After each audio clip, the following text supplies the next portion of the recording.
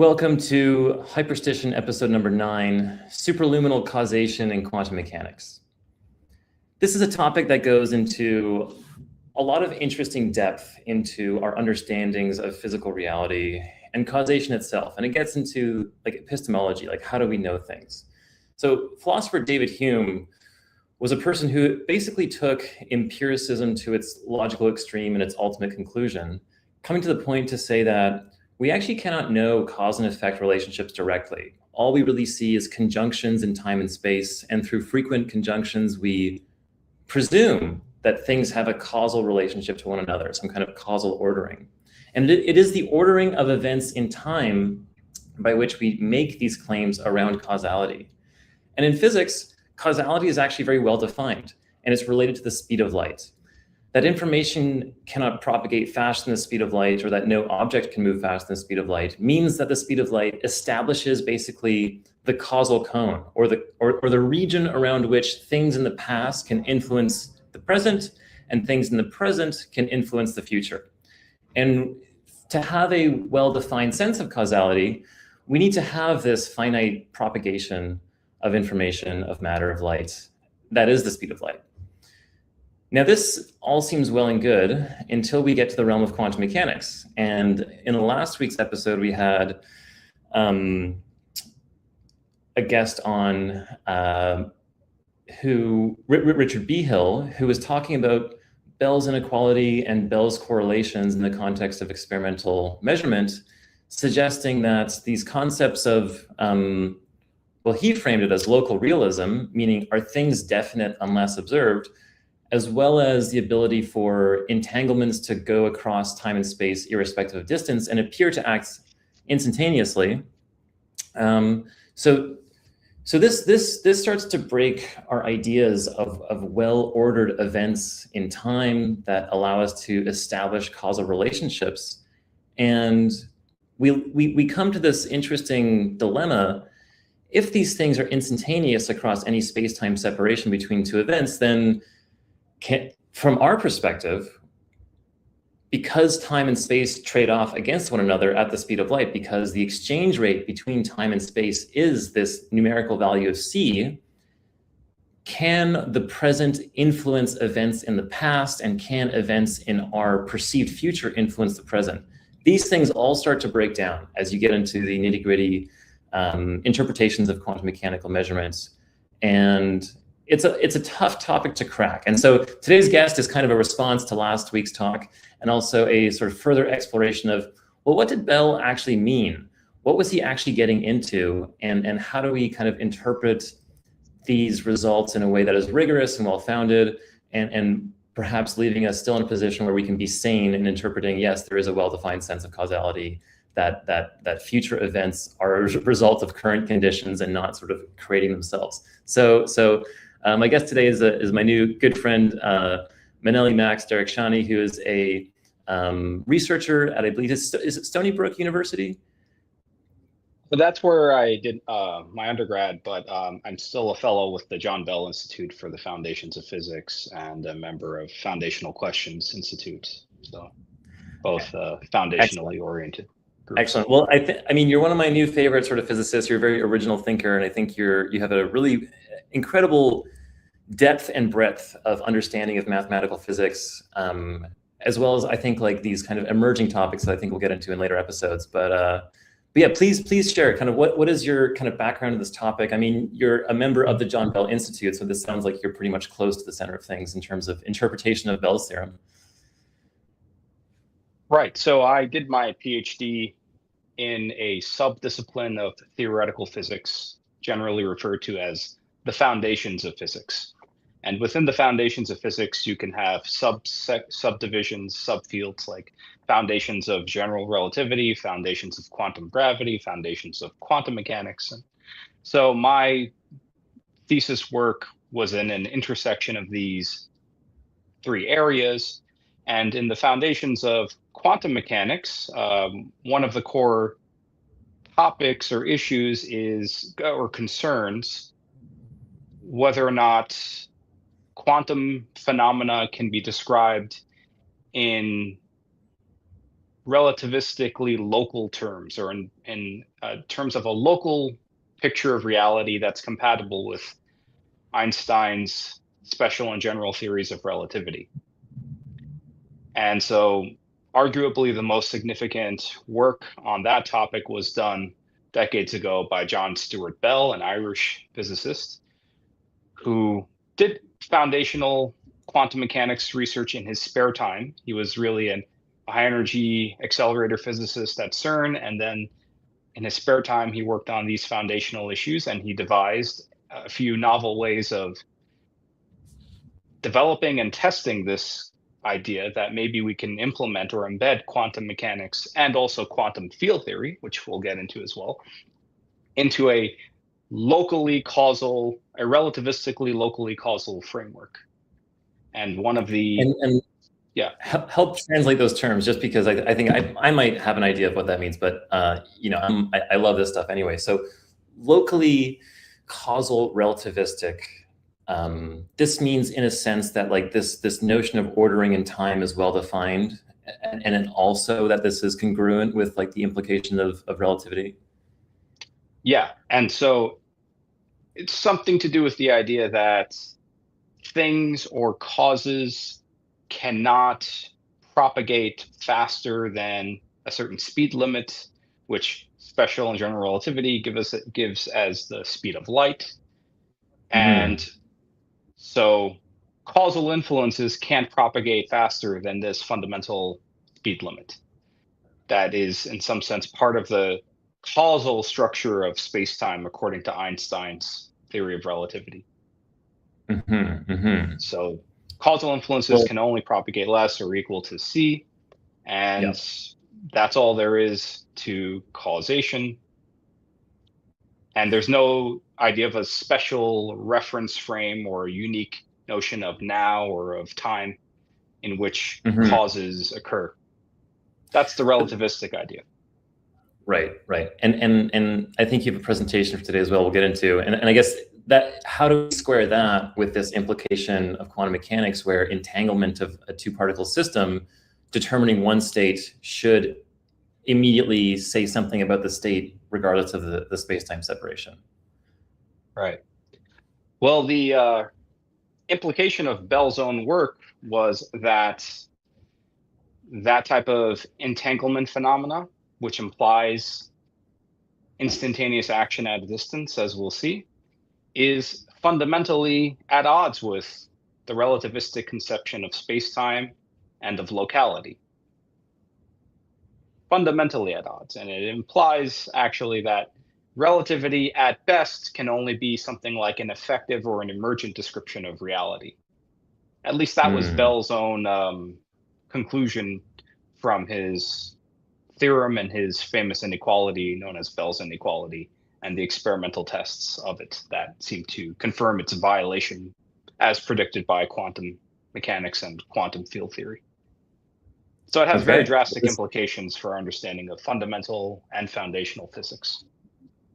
Yes. So this is Bell's theorem setting the record straight. Great. Thank you. So thanks again for inviting me, and I'm excited to have this conversation. I want to begin by recounting an interaction I had, a personal interaction I had with David Gross, who in 2004 won the Nobel Prize in Physics with Frank Wilczek and David Politzer for his work on quantum chromodynamics and asymptotic safety in QCD. So in this American Physical Society March meeting on March 5th of 2018, Gross gave a talk on Einstein's unified field theory program. And during his talk, he made a certain comment about Einstein rejecting quantum mechanics. And having studied or read much of Einstein's own writings about quantum mechanics and physics in general, I challenged this statement of his during the question and answer period. It was a polite exchange, but I thought that he was not quite correctly representing Einstein's views. And the exchanges as it turns out, relevant to the Einstein-Podolsky-Rosen paradox, or EPR paradox, which is ultimately relevant to Bell's theorem, the theorem of John Bell mentioned earlier. So this is the exchange. I started out with the following comment. Regarding your comment that Einstein rejected quantum mechanics, I just want to point out that Einstein fully accepted the correctness of the empirical predictions of quantum mechanics and quantum field theory at the time. What Einstein objected to was the idea that the quantum state description of physical systems was complete, for reasons having to do with the EPR argument. He is the E in the EPR, Einstein. Gross replies, no, Einstein rejected quantum mechanics. He rejected it because he hated the indeterminacy of it. He thought there were hidden variables, as do even some of my colleagues, but I see no need for them. I've never understood why Einstein thought quantum mechanics and quantum field theory are non-local. They're not non-local, they're local. I've never understood that about Einstein's position. I replied, well, Einstein explains in his autobiographical notes and in the EPR paper that if one assumes that the quantum state description is complete and that the quantum mechanical predictions are accurate, then quantum mechanics entails instantaneous action at a distance. And since instantaneous action at a distance is not compatible with the locality of relativistic classical field theories, and since he had reasons to prefer the latter, this led him to reject the assumption of completeness in quantum mechanics. Gross, what do you mean by completeness?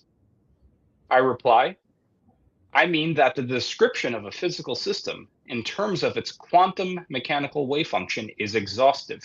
A more complete description doesn't exist beyond that given by the wave function.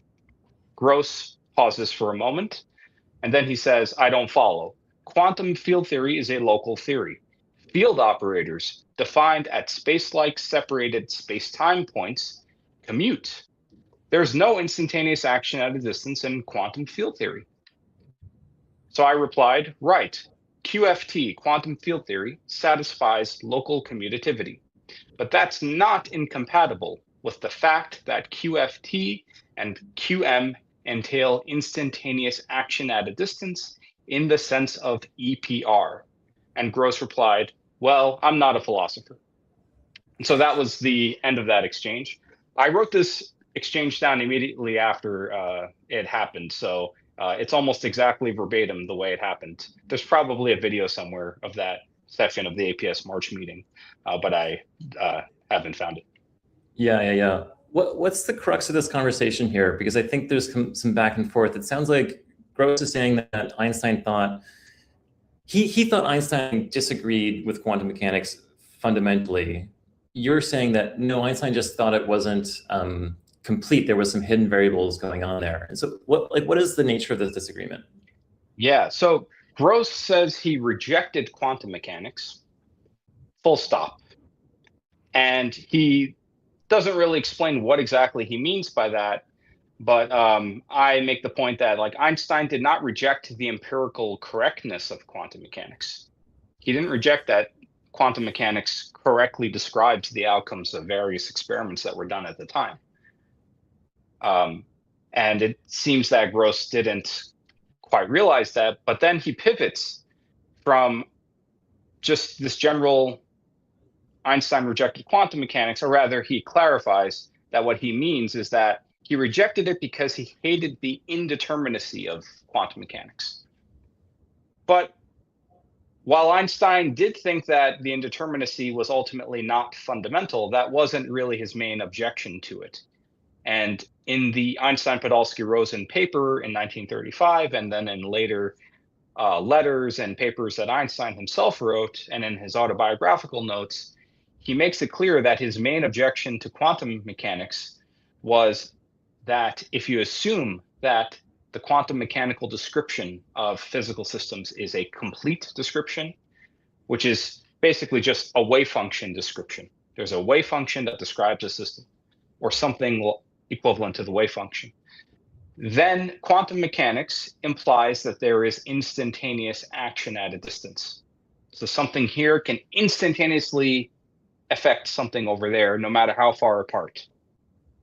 And that's fundamentally at odds with locality and the principle of relativity. And Einstein had many reasons at the time to believe that locality and relativity were correct and fundamental. And he also had an aesthetic philosophical preference for those notions.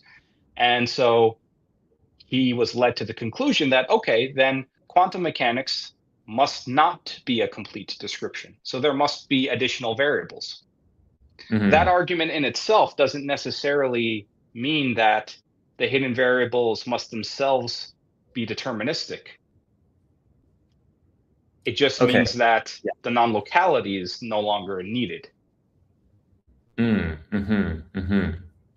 we'll see more about that in the subsequent slides. I'll say more about how exactly that follows the EPR argument, and then we'll come back to Gross's statements. One of the other aspects of this dispute is that he keeps insisting that quantum field theory is a local theory because of this property that field operators, so quantum fields are operators of a certain kind. They act on wave functions or quantum states. And when you define them at space-like separated points, they commute. The commutator of the field operators at space-like separated points vanishes. And so in quantum field theory, you can't use quantum field effects to send signals faster than light. And an example of these operators would be like position or momentum. Well, that would be the non-relativistic quantum version of that. And in the quantum field theoretic picture, the idea is that matter is made up of these spread out oscillating fields, but they are described quantum mechanically. And so there are, in a sense, quantum mechanical field properties associated with each point in space at a certain time, or each point in space-time. And then there's this requirement in quantum field theory that measurements of a quantum field's properties at one point in space are independent of measured properties of another quantum field at another point in space, where the two points are space-like separated, meaning that a light signal doesn't have enough time to pass from one point to the other. So this is a notion of, you might say, measurement outcome independence for quantum fields. And this is all true. This is a real property of quantum fields, and there is an analogous property in quantum mechanics. And he says, because of this, quantum field theory is a local theory. So what did Einstein mean when he said that quantum theory is non-local? Hold on, I want to clarify things just so it's clear. In kind of the space-like separation, if I think in terms of a light cone, you're saying that space-like separation means there is not a path that connects these two things that can go at the speed of light. So it's kind of like if I'm at one of these points, the other point is outside my future light cone. Right, that's right, exactly. Right, and saying that these things commute means that you can observe both of these things at the same time. Or sorry, yes. that the observations don't affect one another. Exactly. The like repeated measurement statistics are independent of each other. They're statistically independent. Okay, so you're saying quantum field theory says for things that are outside each other's light cones, they are fully independent. And so that maintains this idea of like well-defined causality. There's no superluminal information or causation in quantum field theory. Right, at a certain statistical or measurement level. That's the key part. And Einstein's argument is not incompatible with that fact. That was the point I was trying to get across to Gross. Okay. But it seemed that he wasn't familiar maybe with EPR's argument, and that was why he was sort of puzzled. And so part of this presentation is to clarify that point to present the EPR argument, and then from there, Bell's argument, because the two are linked together closely. Yeah. And then we'll Yeah. circle back to this exchange, and then I think hopefully see how where Gross was maybe misunderstanding things, and how correcting those misunderstandings can sort of resolve all of those issues. Let's get in. Yeah. Then what is the EPR paradox? What is this really trying to say, or what is this posing? Yeah. So, well, just before getting to the EPR paradox, we sort of have to take a earlier step back and then sort of ask, what do we mean exactly by locality? And we already sort of did that in the beginning. Einstein also did this when formulating the EPR argument. He had to first come up with an idea of what locality means. And Bell, in this 1990 talk he gave called La Nouvelle Cuisine, also addressed this question in a more refined way, and he talked about Einstein's own ideas of this. And we really do need to sort of have this discussion before we can then explain what the EPR argument says, because this is really the linchpin idea of the EPR argument. So for Bell, locality just has something to do with the idea from relativity that the speed of light is a limit. But then the question is, what exactly does it limit? So in this talk, these are Bell's words. To the question, what can't go faster than light? Someone had volunteered the reply, John Bell, for example. And then Bell says, I have been wondering ever since what exactly that meant. When I walk, one foot remained planted to the ground while the other advances. When I talk, I wave my hands. They have different velocities from one another and from my head. Perhaps what was meant was that no part of John Bell can go faster than light. But that raises the question of how far I can be resolved into parts. Legs, arms, fingers, toes, cells, molecules, atoms, electrons. Was it meant that none of my electrons, for example, go faster than light? Yeah, I mean, the idea that no particle could go faster than light arose late in the 19th century, first for electrically charged particles and then for all particles. And even at that time, particles were thought of as like extended objects, like maybe an extended charge distribution in space-time. And questions about their parts could be like meaningfully posed. But now the sharp localization of objects in classical theory has been replaced by the fuzziness of wave mechanics and the complications of quantum field theory. So the concept of velocity of an electron is now unproblematic only when not thought about. Or in other words, it's not a straightforward idea any longer when we think of the quantum description of the electron. So that is not exactly a helpful idea to say that particles can't go faster than light, or elementary point particles can't go faster than light. And the situation is more subtle because there are things that do go faster than light, like the concept of British sovereignty.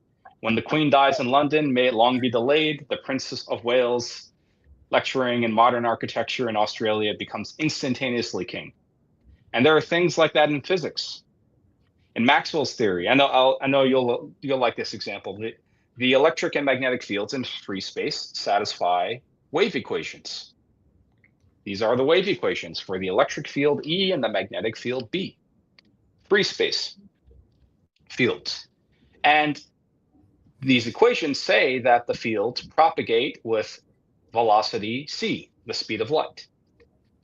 But the scalar potential, if one chooses to work in a certain gauge in electromagnetic theory called the Coulomb gauge, satisfies not the wave equation, but this non-relativistic looking equation called the Laplace equation. And this Laplace equation says that the scalar field propagates with infinite velocity. And one way you can see that is take, say, just equation 1. Now imagine that c is taken to infinity. So c goes from its fixed value to infinity. Well, now you have 1 over infinity squared in front of the second time derivative of e. So that quantity is going to become vanishingly small.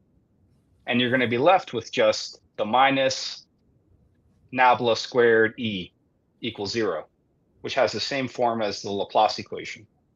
Now, there's a certain relation between the electric field E and the scalar potential, but that's not important. The point is that in the Coulomb gauge, the scalar potential propagates infinitely fast. Now, why isn't that a problem? And why isn't that incompatible with special relativity? We say electromagnetic theory, Maxwell's theory, is a relativistic theory, but this thing is moving infinitely fast. Well, it's because potentials are just mathematical conveniences, at least as conventionally understood. They're arbitrary, and you impose one convention or another by choosing a particular gauge, and you can choose other gauges where the potentials move at finite speeds. So conventions can propagate as fast as may be convenient. Nothing really is actually propagating if we think of these potentials as just mathematical fictions, useful fictions. But so I think there's this great experiment by Aharonov-Bohm or something like, right? That shows that the potentials are the fundamental thing. They're not mathematical conveniences. I don't know if I'm preempting the next slide, but his experiment, which was, let's put a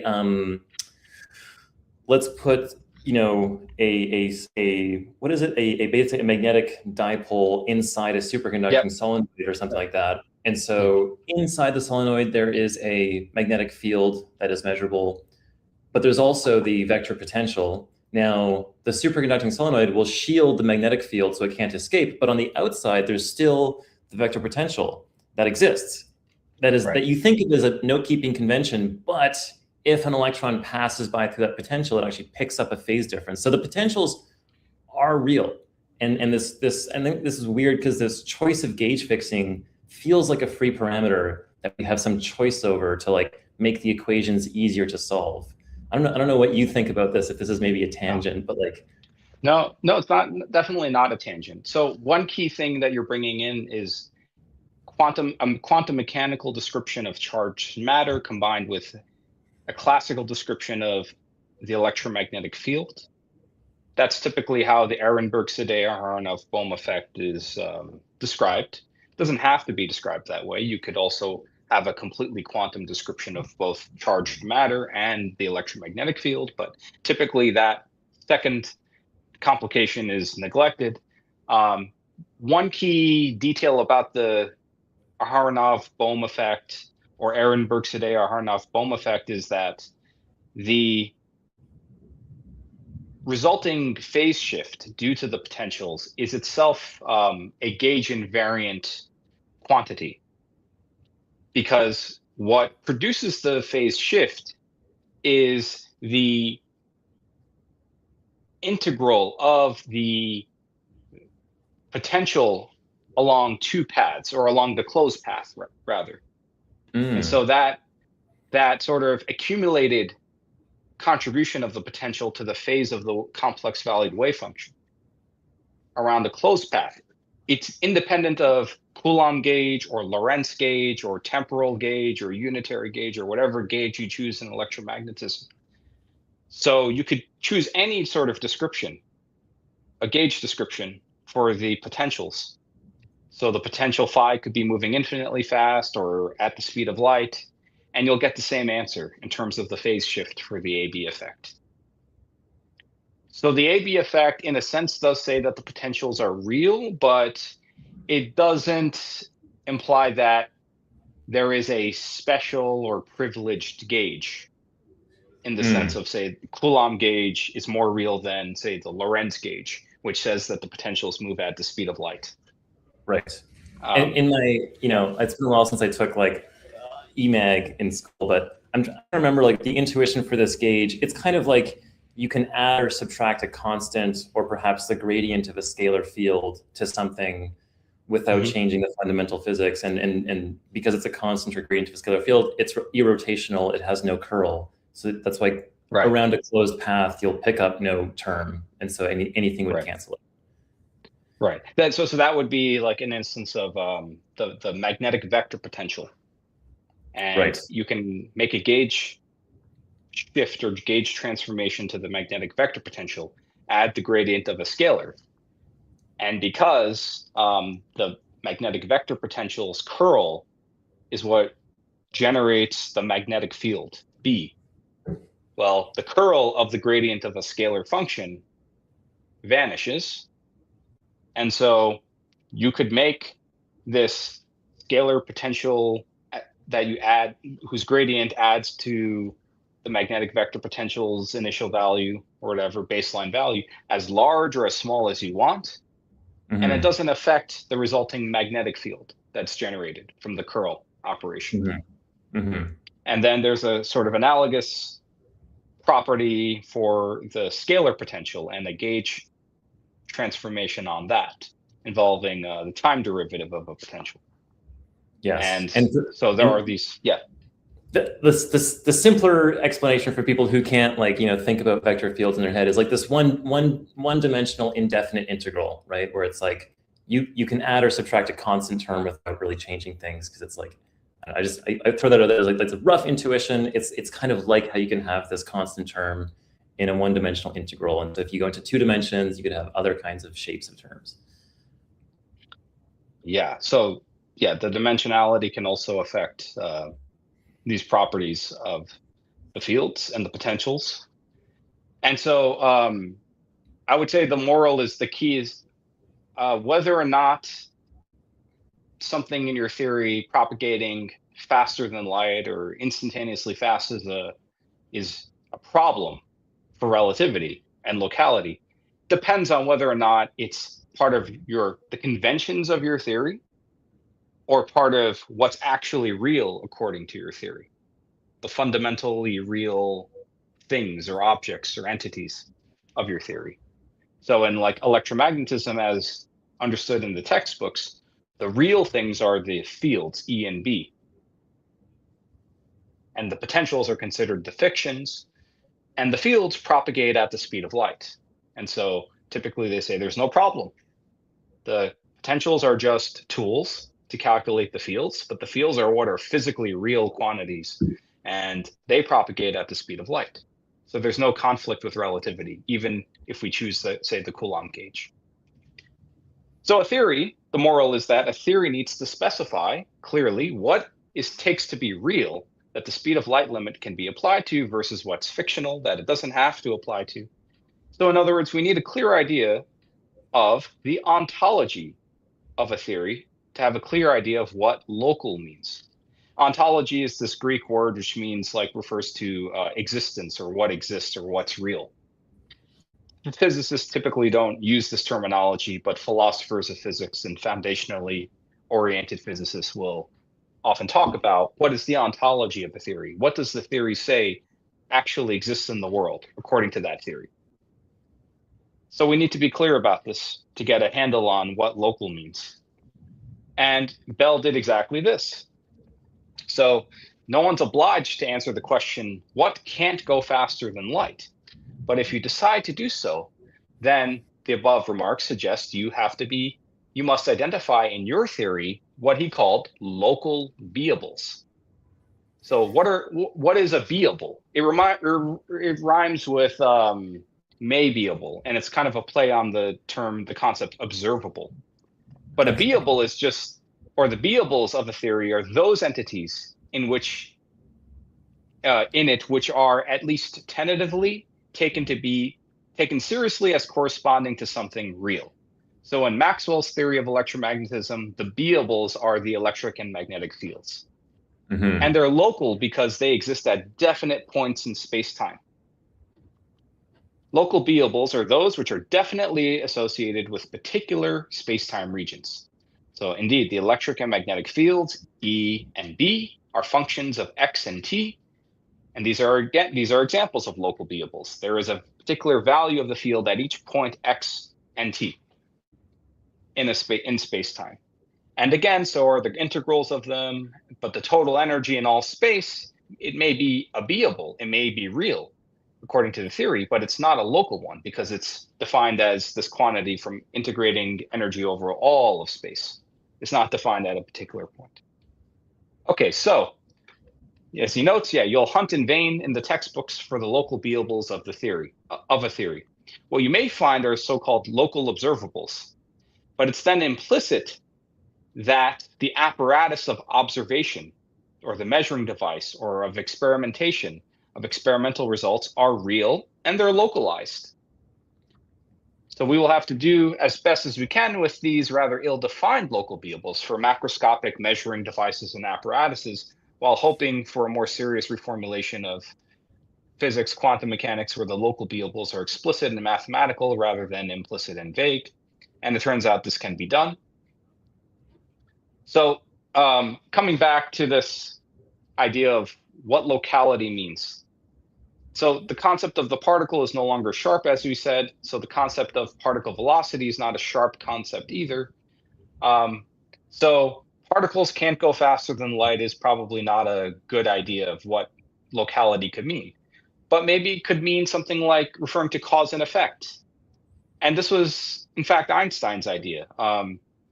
In 1907, Einstein pointed out that if an effect followed its cause sooner than light could propagate from one place to the other, then in some other inertial frames of reference, the effect would come before the cause.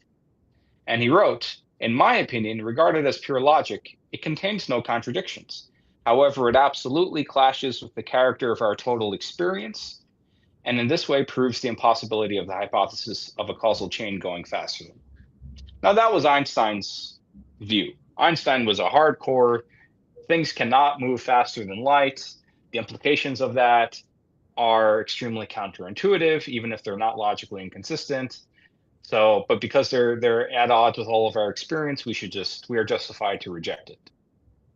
Well, just as quick side, I don't know if you're going to get this next, but so I know that in this kind of special relativity, if you have these kind of two events happening in one stationary frame and someone's coming along at a relativistic velocity, they may see the ordering of those events as different than a person. You know, if I observe first the red light, then the green light, they're whizzing by in some way, and they see the green light first and then the red light first, they'll have a different perception of the temporal ordering of those events. But is this saying that if that's the case, then those two things cannot be causal?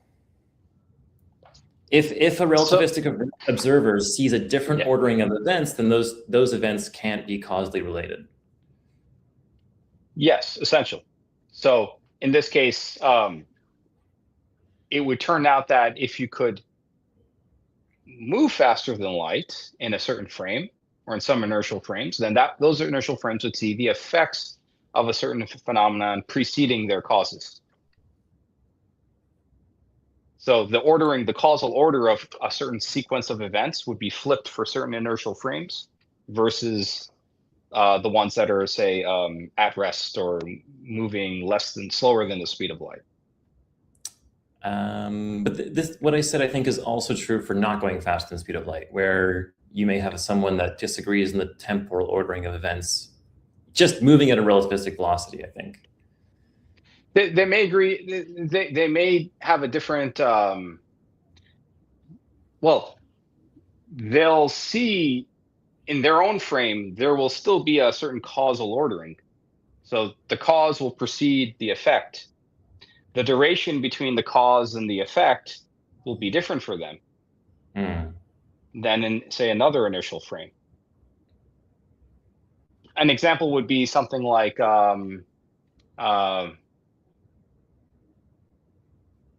kettle being warmed up with the stove and then steam occurring. So for a certain inertial frame moving less than the speed of light, they will still see that sequence of events. That is the stove heating up the kettle and causing the kettle to start steaming as another inertial frame moving less than the speed of light, say at rest relative to the kettle. But they will basically perceive or measure the sequence of events as occurring at different rates in time. Okay, so you don't get a flipping of the ordering, just different separations in time. Right, and if they come back together, let's say one inertial frame comes into the same inertial frame as the other, and they compare their results, they'll see the same causal ordering, but there might be some sort of time delay difference or something like that from their records. But here, if you could go faster than light, then you could flip the causal ordering. And it's not inconsistent, as he concedes, according to relativity, but it is at odds with everything we see in our experience. And for Einstein, at least, that was enough of a reason to say, this is unacceptable. So the speed of light has to be somehow a limit on a causal chain or a cause and effect chain. So, yeah, to avoid causal chains going backwards in time in some frames of reference, we require them to go slower than light in any frame of reference. So Bell thus proposes, based on this idea as a first pass or a first stab, the principle of local causality. This was what he called it.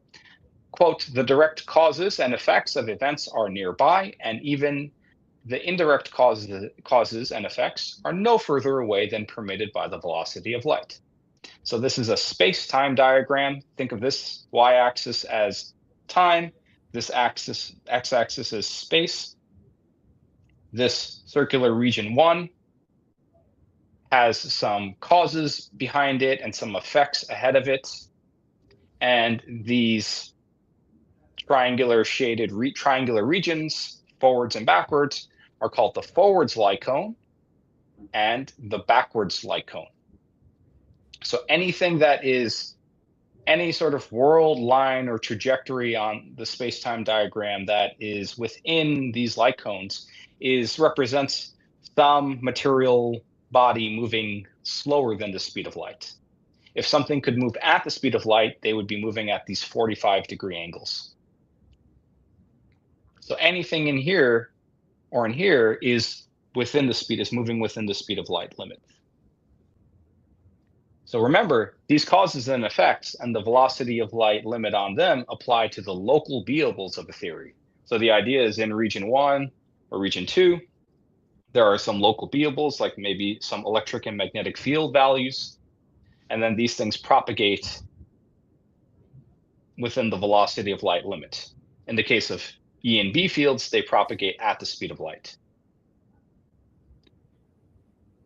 But Bell then notes that the cause and effect are still somewhat vague ideas, so we have to make this concept more precise so that we can mathematically formulate it, make it mathematically meaningful. So he then gives a more precise definition that's amenable to mathematical statement.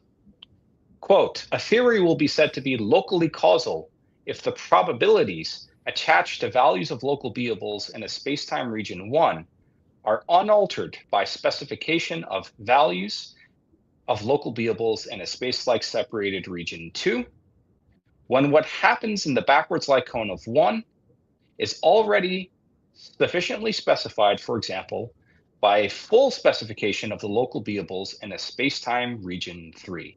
So this region 3 here has a bunch of local beables in it that are the causes of the local beables, the states of the local beables in 1. And so he's saying that the probabilities attached to 1 are independent of the probabilities attached of 2, rather, of the local beables in 2, when what happens in 1 is depends on a full specification of the local beables in region 3. So full specification of what happens in 3 makes events in 2 irrelevant for the predictions about 1 in a locally causal theory. Or in simpler mathematics, take this to be the probability for beables in region 1 to have certain states, like say positions or velocities. So B1 are the beables in region 1, conditioned on the beables in region 3 and the beables in region 2. And local causality says that the probabilities for beables in region 1 are independent of the beables in region 2. So the probabilities for beables in region 1 only depend on the beables in region 3 here. So it's a simple conditional probability formula. Conditioning this probability on B2 is redundant in a locally causal theory. And Bell emphasizes that it's important that region 3 be specified completely for 1.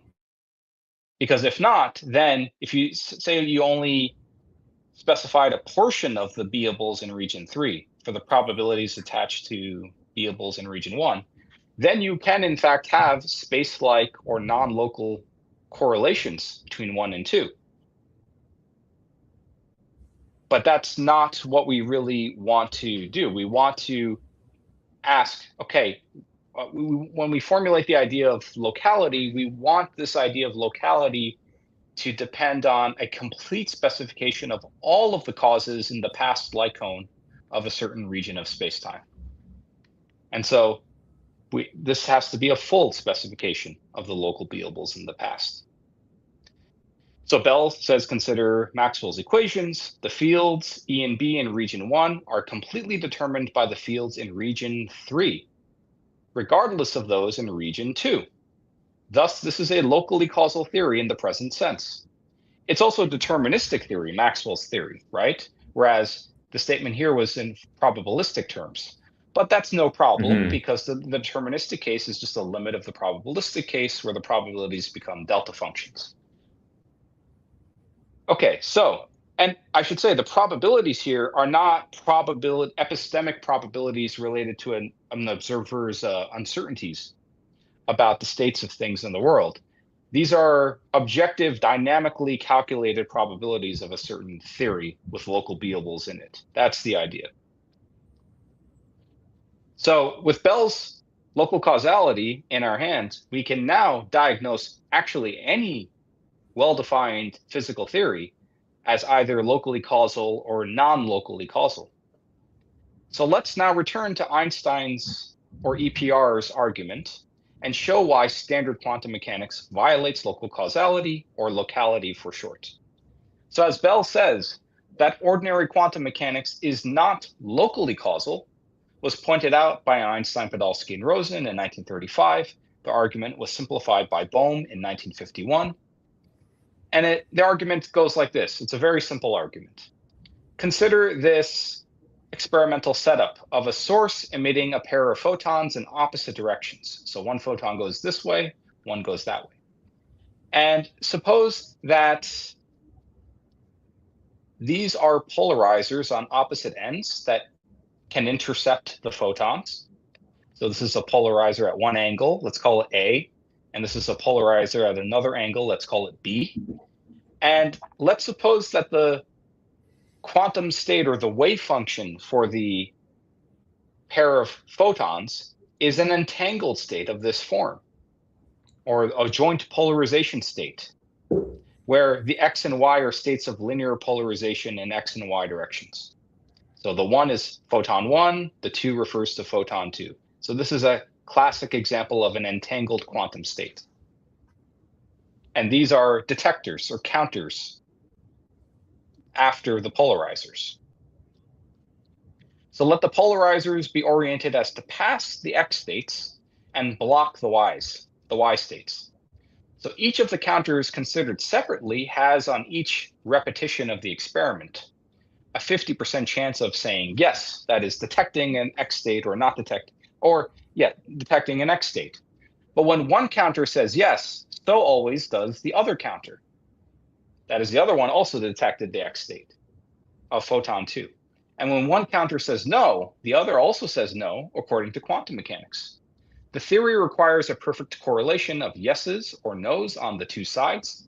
So specification of the result on one side permits a perfect prediction, a perfectly confident prediction, 100% confident prediction of the previously totally uncertain result on the other side. The key point of EPR is that in ordinary quantum mechanics, there just is nothing but the wave function for calculating probabilities. There's then no question of making the result on one side redundant on the other by more fully specifying events in some space-time region 3. So in other words, there are no additional variables that, if you specified them in the past of region 1, would make the events in 2 redundant or something like that. Because you just have a wave function for calculating probabilities in quantum mechanics. If the wave function changes instantaneously, the whole physical state of the system has changed instantaneously in ordinary quantum mechanics. So we have a violation of local causality, because something in 1 has been instantaneously affected by something happening in 2, and vice versa. Hold on, though. Yeah. What do we mean by instantaneously in this sense? Because all we're really saying is that we can infer what the result must have been on the other detector. Because clearly, like, let's suppose these two things are both separated by, like, I don't know, 10 kilometers or whatever. The photons are going at the speed of light. That's their MO. So we can't have something that goes twice as fast so as to get information from the far side, you know, from what happens over there. But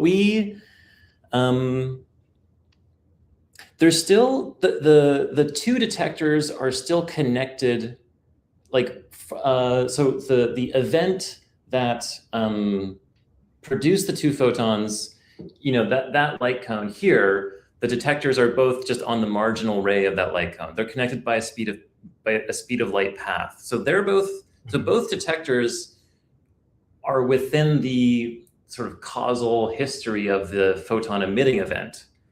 So there's no... Well, notice that the source here is unequally separated, right, from the two polarizers and counters. So one photon is going to hit this one first, and then the other one is going to hit the other one next. So in a sense, you could say it's region 1. This is essentially representing, or an implementation of this diagram. So something happens, a measurement in region 1, but space-like separated from region 2. Meaning, so imagine, imagine this photon hits this counter and it clicks. And then the claim is that something happens to the whole physical state of the photon system, the two-photon system, before the second photon could get here by the speed of light alone. Right. So this is like, I'm going to use a funny analogy here, but this is like, suppose both detectors were then connected to, like, a polymarket betting pool via a fiber optic cable where people are betting on, and if you were on the closer detector, you would know the results of the other detector before they were even recorded, and you'd be able to, like, front run the market in some way, in some superluminal stock trading sense, or market betting thing. If you could do it fast enough, and Okay, so this is interesting. So the detector is not connected by a light cone that joins the other event because it's asymmetrical. And so when I detect on the close side, the other photon is still in transit. It is still... Exactly. So this is the key idea, right? The physical state is completely represented by this wave function. When one detector detects the state of one photon, this physical state changes, at least in the orthodox ordinary quantum mechanics picture, instantaneously from this entangled state to just this product state, or just this product state. The state, in other words, the wave function collapses into either this piece or this piece for the two photon state. And because that change in the photon state, once this counter clicks first, let's say, is instantaneously fast, then the physical state has changed instantaneously fast as well for both sides. And that's the key, why there's then, according to ordinary quantum mechanics, instantaneous action at a distance. It hinges on the change of this quantum state being instantaneous and the quantum state being the complete physical description of the physical state. Okay, well, those two pieces together. Side question here. I don't know, are we really saying, the wave function collapse terminology is its own kind of ontological interpretation of quantum mechanics saying that the wave function is a fully descript thing and there's no like multiverse branching. And so what we're doing is we are getting, and by collapse, it's really like we're squaring and taking the absolute value of this thing to get the probability of this event. We're not actually saying that there's some kind of wave function collapse. It's kind of like a heuristic thing. I guess there's two things I would say here that, well, let me just finish. But it's really what we're saying is when that measurement is made, we will know what the result has to be in advance of the measurement being made. The photon in transit is not actually being measured at that point. It's just saying we know what the measurement will have to be before it happens. Okay, so that is a way you could interpret the results in general. But now, in ordinary quantum physics, the assumption from the beginning is that the wave function for calculating probabilities is all that there is, and an outcome of the experiment corresponds to the wave function itself changing discontinuously. Now, there are alternative interpretations of quantum mechanics which reject the wave function collapse postulate or relegate it to something like an observer's limited knowledge of the physical state of the world, and it's some sort of epistemic change, not of knowledge, not an objective change in the physical state. But in ordinary quantum mechanics, the textbook version, the wave function for calculating probabilities does indeed collapse to, say, a definite eigenstate of a certain observable from an initial superposition state. And that's the reason that's necessary to say is because we believe that there are probabilities or statistics for experimental outcomes. That 50% of the time the counter counts here this way, 50% of the time it counts the other way. Well, to get probabilities, there has to be a definite state of something occurring.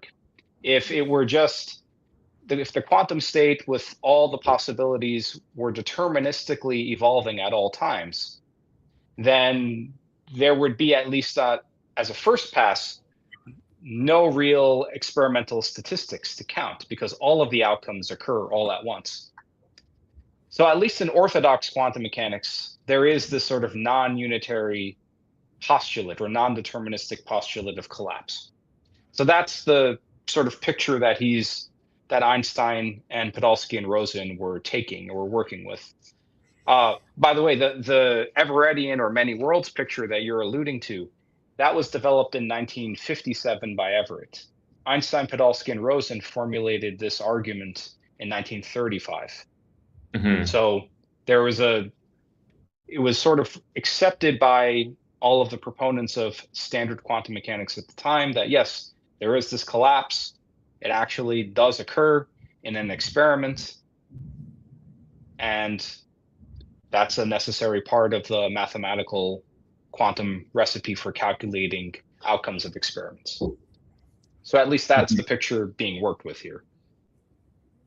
And yes, you can question all different aspects of it, and indeed, that's what Einstein, Podolsky, and Rosen did too.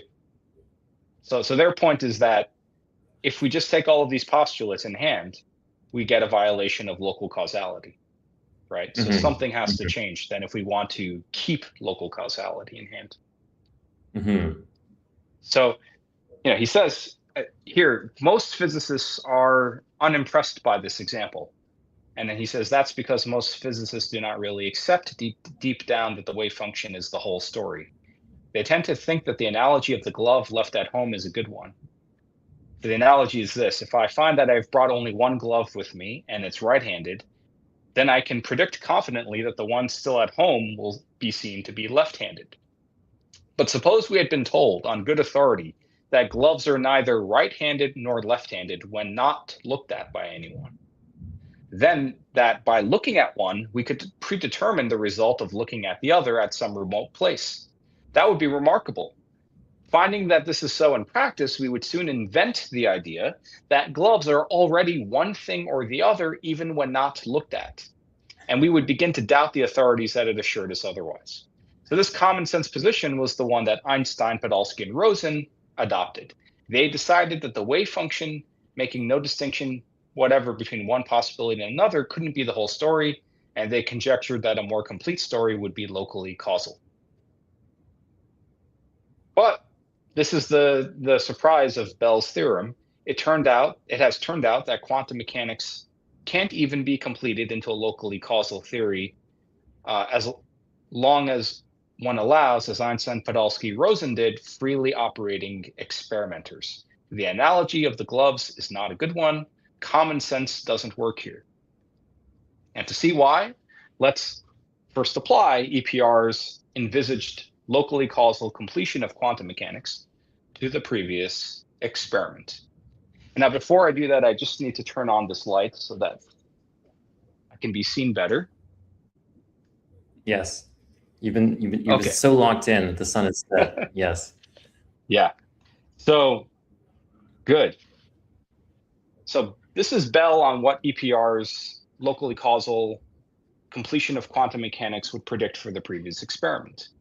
So this is a space-time diagram for the previous experiment, where the capital A denotes the output from the counter on the left, +1 for yes, -1 for no, and capital B denotes the output from the counter on the right. And little a and little b are the angles by which the polarizers are rotated from some standard positions in which they are parallel. And now we consider a slice of space-time 3 earlier than regions 1 and 2 and crossing both their backwards light cones where they are no longer overlapping. So that's one slice, but this is the space-time region 3, this like ribbon. So in region 3, this region 3, let C stand for the values of any number of other variables described by the experimental setup as admitted by ordinary quantum mechanics. So that's C. And let lambda denote any number of hypothetical, additional, complementary variables needed to complete quantum mechanics in the way thought by EPR. So the lambdas are in this ribbon in the backwards light cone of both regions. Good. And the lambdas here are in those parts of 3 blocking the 2 backwards light cones. So the lambdas are here and here. The lambdas, by the way, are sometimes called hidden variables. Bell rarely used that terminology in his later work. He referred to them as hypothetical, additional, or complementary or supplementary variables. But, whatever, we can refer to them as the hidden variables for simplicity. So this is the space-time diagram for that experiment. And now, let this bracketed term be a joint probability for experimental outcomes capital A and capital B, where the joint probability is conditioned on the polarizer settings little a, little b, the causes in the backwards light cone, C, and lambda. So by a standard rule in probability theory, this joint probability can be expressed as product of conditional probabilities. So in other words, A comma B conditioned on all this stuff can be represented as the product of A conditioned on all this stuff, including capital B, times the probabilities for B conditioned on little a, little b, little c, and lambda. Now, this is the key step. If we invoke... This key step, probably we just lost a lot of people's attention span by talking in terms of little a and little b. Maybe we can translate this into sort of more like just like conventional, like English terms or something like that. Like really what we're saying is that there's some mutual information between these two events. Like this is kind of like Bayes' theorem. It's like probability I see you on a video call, given that, I don't know, internet is required means that I infer you have internet or something like help to kind of translate those terms. So the probability distribution, or you might say that the experimental statistics, so you do this experiment repeatedly, right? And your theory predicts that there's going to be a certain distribution of outcomes of one counter, like the capital A outcomes. And there's also going to be a certain distribution of outcomes of capital B. And there's something you can call like the joint probability of outcomes A and B on both sides of your experiment. Now, that joint probability of outcomes A and outcomes B on both sides is going to depend on the polarizer orientations, and it's going to depend on the causes in the past of the experiment. And some of those causes in the past are going to include just the ordinary causes in a quantum mechanical experiment, but also on these hypothetical hidden variables that are somehow playing a role in helping to determine the outcomes of the experiment. And now the idea is that this joint probability can be represented in a certain equivalent way, where like the probability for outcomes of A, capital A, on one side, one counter, can be represented as depending on the outcomes of the experiment on the other side, so the capital B, as well as the setting of the polarizer on the other side. So the outcomes of the measurements on this side, the left-hand side, depends on the outcomes and the settings of the detectors on the right-hand side. That's what this shows. And then similarly for the other side, the outcomes on that side depend on the polarizer settings of the other side, as well as the local polarizer settings, and then the stuff happening in the past. That's at least the idea. Now, in the way I just explained it, it's assumed that the outcomes of the experiments on the left side, the measured outcomes, depend on the outcomes on the right-hand side. That's what this conditional capital B means here, as well as on the polarizer settings on that other side, in a way that is faster than a light signal can propagate between the two sides. So this is like an instantaneous dependence of the outcomes of the experiments on the left-hand side. But if we invoke local causality, the hypothesis of local causality, and we say this phenomenon is occurring in a locally causal way, then this joint probability formula simplifies. Basically, the probability distribution for experimental outcomes on the left-hand side doesn't depend on anything on the right-hand side. It doesn't depend on the outcomes on the right-hand side, and it doesn't depend on the polarizer settings on the right-hand side.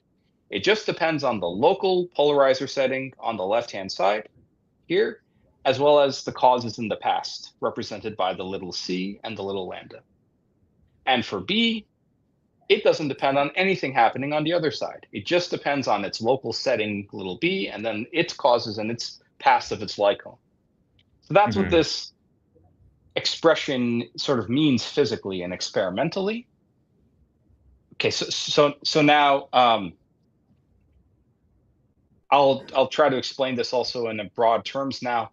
What we can do is, for this experiment, we can define a certain mathematical quantity called a correlation function, which is basically just like an average. If we take the outcomes of the experiments, if we take the experimental outcomes on the two sides, the measured values, like the yeses and the nos on the two sides, call them A here and B here, and we multiply those values together, and then we use the joint probability formula on the previous slide and multiply that and then do some sort of like sum, we can basically calculate like an average of the product of A times B. So essentially, this equation 11 is a average of the product of the two experimental outcome results. It's a certain type of statistical quantity that is widely used in experimental physics. And we're going to make certain simplifications to it by invoking local causality, as well as another assumption. So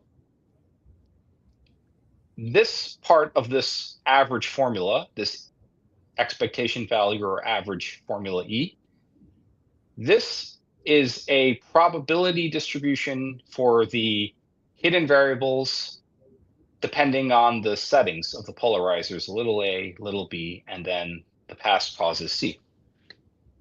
Now, this is just written in general terms, but if we think about it physically, we could devise the experiment in such a way that the polarizer settings on both sides are connected, say, to random number generators or to values of a certain stock in the stock market, such that at like the very, very last instant, the polarizer settings are not determined. They're only determined at the very last instant.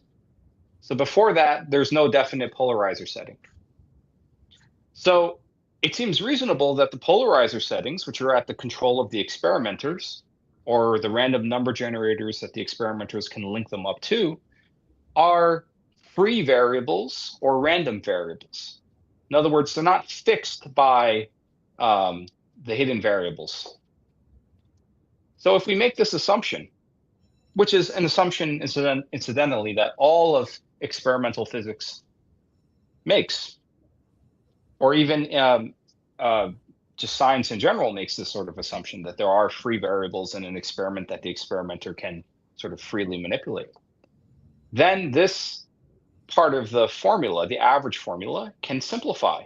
Basically, this is saying that the hidden variables do not depend on the polarizer settings. They only depend on the past causes C. And this is, I'll say more about why that's reasonable, why that's even like necessary. But basically, if you accept this free variable hypothesis, and then you apply local causality so that that joint probability formula here factorizes or becomes this product formula here. So this is the free variables hypothesis. This is the local causality, or the consequence of the local causality hypothesis. Then you can show that a certain type of mathematical inequality follows for a locally causal model of that experiment. So basically what you can derive is this mathematical inequality involving that average quantity. The details of this are not important for us. The point is that you can show from this expression that this inequality follows.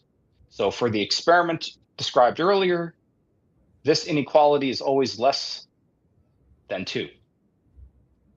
But now what's surprising is that if we describe the experiment in terms of ordinary quantum mechanics, and we calculate an analogous expression like this quantum mechanically, and then derive this inequality, we find that quantum mechanics predicts that the inequality can approach 2 times the square root of 2, which is obviously bigger than 2.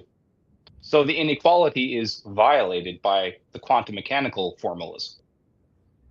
Therefore, quantum mechanics cannot be embedded in a locally causal theory, according to Bell. Or so the logic, yes. Or there is not a freedom of choice in experimental settings, and this I think this is where we get to this fork in the road where it's like, let's abstract away the mathematics, because I mean sometimes people get lost in this, me included. But I'm getting where this comes from. It's like, okay, we can kind of do this statistical averaging, multiplying the results together. If we call one positive one, one negative one, whatever, we can basically just do some straightforward probability statistics calculations, as well as the assumption that the detector or the polarization filter can change, right, randomly according to something. And if we work through the math, we'll find that these things must be less than a numerical value. And this is the Bell's inequality, or the Bell correlations. Exactly. And then we find that if we apply quantum mechanics, which is really just probably saying to what extent are these two things correlated. And I would guess if it's like a perfectly designed experiment and they're truly always the same state, polarization is generated, which maybe is impossible in some limit, but maybe some idealized photon source can do this. You would expect a perfect correlation, and there's a freedom of choice in the polarization filter. We can see that we'll get a number bigger than 2. Yeah, and so let me add that in this description, we're actually generalizing so that the polarizer settings can actually. So when we express this formula, this applies to the even more general case where the polarizer settings can vary from across a wide range of angles. And so, like the primes here denote just different polarization angles that are possible. So this experimental setting, yeah. But yes, does it matter, but the like, experimental result are the same. Yeah. And does it matter if like the two polarizers are different than one another? Are we assuming they're still the same setting? Okay, so even if they're different than each other, sure. So even if it's so we're assuming that they can change. They can be different from one another. They can be varied randomly even. Yeah. Okay. But you'll get, if you make repeated runs of this experiment, you'll get some average values or experimental statistics, and then in a limit of like running the experiment a really large number of times, you'll get certain regularities, which will be described by this inequality, at least on local causation. Now, okay, you raise an excellent point about what about the free variables hypothesis, or the hypothesis that the experimenters can freely set the polarizer settings. Maybe we should reject that instead of local causality. So I will address that too in the slide after this one, because that's an excellent question or challenge, and it's like perfectly logical to go there. So I just want to sort of clarify the logical structure of Bell's theorem. So why does it entail? Why does the fact that quantum mechanics predicts a value larger than 2 imply that it can't be embedded in a locally causal theory? Because the logical structure of this theorem is modus tollens. So modus tollens says that like if A then B is true, where A and B are some statements about the world, and if not B is true, then it follows necessarily that not A is true. So Bell's theorem takes A to be local causality is the case, and B is Bell's inequality. So if local causality is true, then Bell's inequality follows. That is one of the premises of the theorem. That's taken to be true. Right? But then it's discovered that not B is true. In other words, Bell's inequality is violated by quantum mechanics and by nature. So if Bell's inequality is violated, in other words, if not B is true, then local causality is necessarily false. In other words, not A. That's the logical structure of the argument. It's a subtle logical structure, but it follows a perfectly straightforward law of logic, modus tollens, and that's what makes it so significant. Even if we're not sort of directly pinpointing how the non-locality occurs, it's a consequence of the violation of the inequality that quantum mechanics must be non-local, regardless of anything else. But you raised the question, why did I just neglect the free variables hypothesis and mention only local causality? And notice, not just me, Bell himself ignores the free variables hypothesis and just says quantum mechanics cannot be embedded in a locally causal theory. So why does he jump to that too? Don't we have the freedom to reject the free variables hypothesis? We do. We can reject it. But if we reject the free variables hypothesis and thereby posit superdeterministic correlations, that is to say that we posit that the probability distribution for the hidden variables depends on the future detector polarizer settings, little a, little b, then we can show that it can be shown that this hypothesis, the superdeterministic hypothesis, entails that local causality is violated. So why is that? Remember that earlier local causality was defined by this formula for this diagram. Yeah.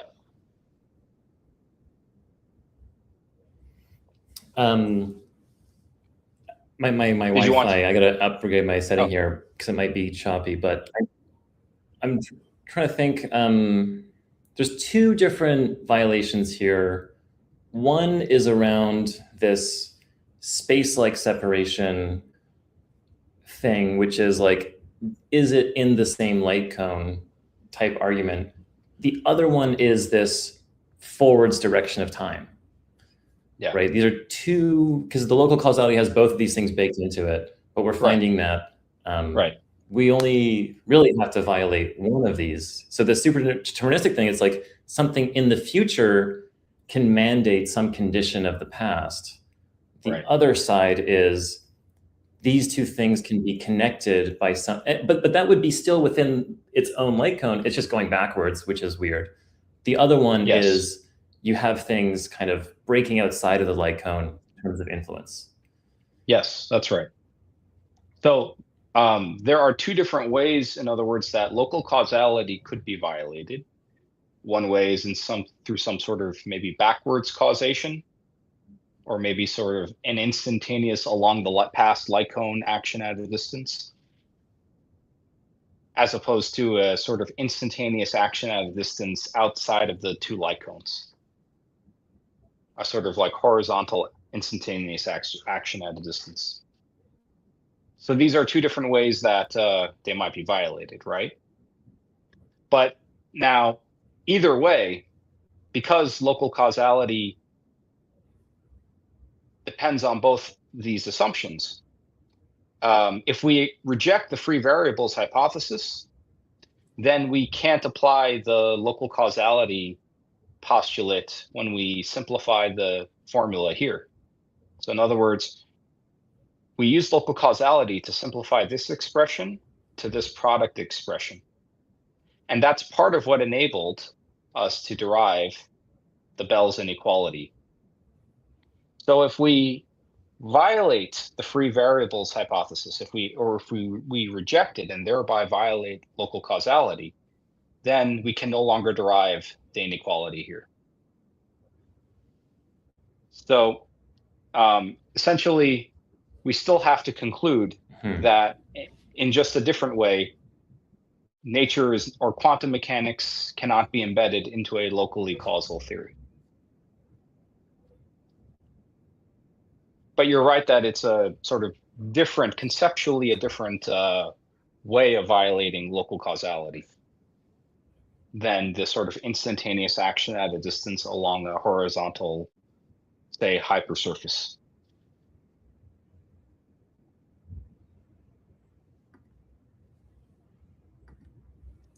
Okay. So shall I continue? The camera just bailed on me. One sec. We're gonna go to this one. Yeah. No, we're good. We're back. Yeah. Okay. Cool. Silly settings. No worries. Okay. So then the simple statement of Bell's theorem. Yes. So the simple statement of Bell's theorem, according to Bell himself, is that quantum mechanics cannot be embedded in a locally causal theory. But it's actually even more general than that, because experimental tests have since confirmed the quantum mechanical prediction that equation 14 approaches the 2 times root 2 value. So it's an experimental fact of nature that this happens. So really, Bell's theorem can be generalized to the statement that any theory, with lambdas or not, that agrees with nature cannot be embedded in a locally causal theory. And nature itself is non-locally causal, or non-local for short. This doesn't distinguish between the two forms of violating local causality that we just talked about. But it does imply that local causality cannot be a feature of nature. Okay, so now I want to address this terminology, or talk about this terminology that is often used in reference to Bell's theorem, local realism. So in many writings on Bell's theorem, it's said that Bell proved that local realism is not a feature of reality, or that the world is not locally real, or something like that. But Bell himself actually never used the term local realism in his papers or in his presentations. It has been used by other physicists who have read his work, like, for example, Alain Aspect, who won the Nobel Prize a few years ago for his experimental confirmation of the violation of Bell's inequality. But Bell himself never used this terminology. And the terminology itself gives the impression that the violation of Bell's inequality means there are two options. Either we abandon locality on one hand, or we abandon realism on the other. At least that's what the phrasing leads many to believe, right? But this was never Bell's understanding of his own theorem. According to Bell, there's no separate realism assumption or separate from the locality assumption. The locality assumption of Bell's theorem, local causality, in other words, does require an extremely basic notion of reality that all theories of nature must have at some level.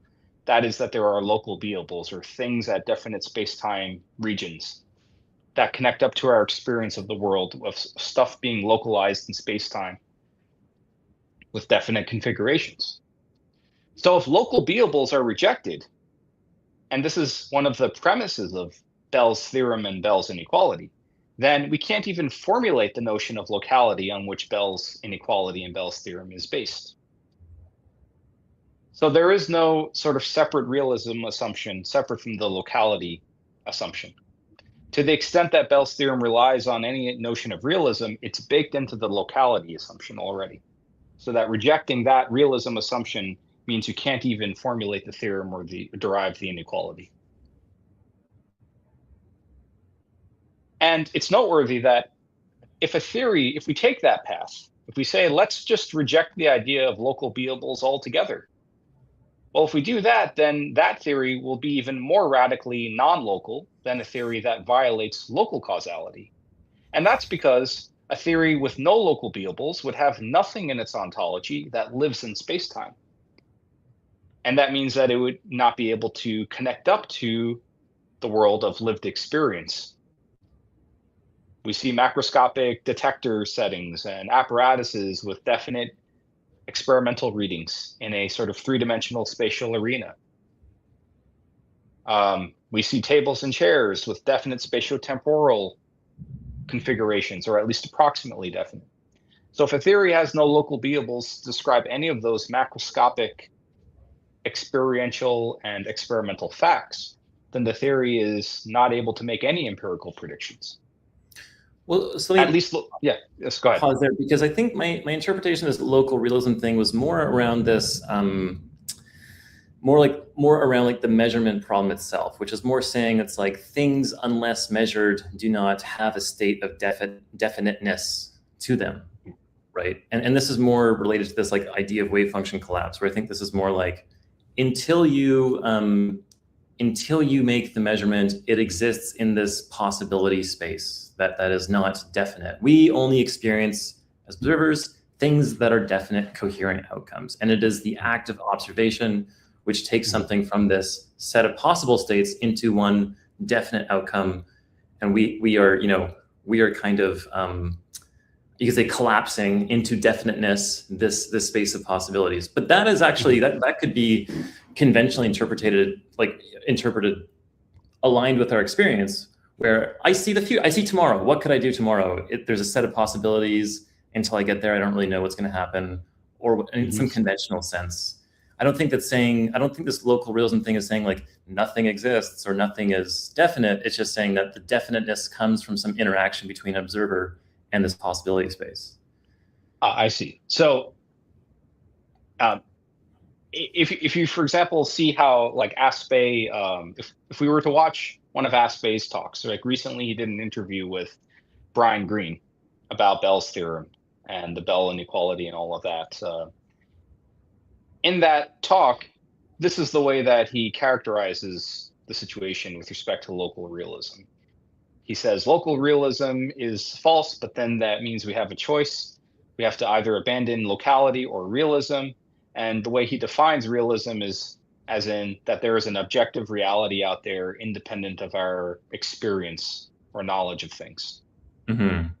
Not necessarily that there are sort of definite states to things out there in reality, but just that there is an objective reality out there Mm-hmm. independent of our knowledge. So, and then other people like Anton Zeilinger, who also won Nobel Prize with Aspect, many other physicists, this is how they interpret the realism assumption part of Bell's theorem as they understand it. But in the way that you're describing it, I would say that Bell's theorem, or the consequence of Bell's theorem,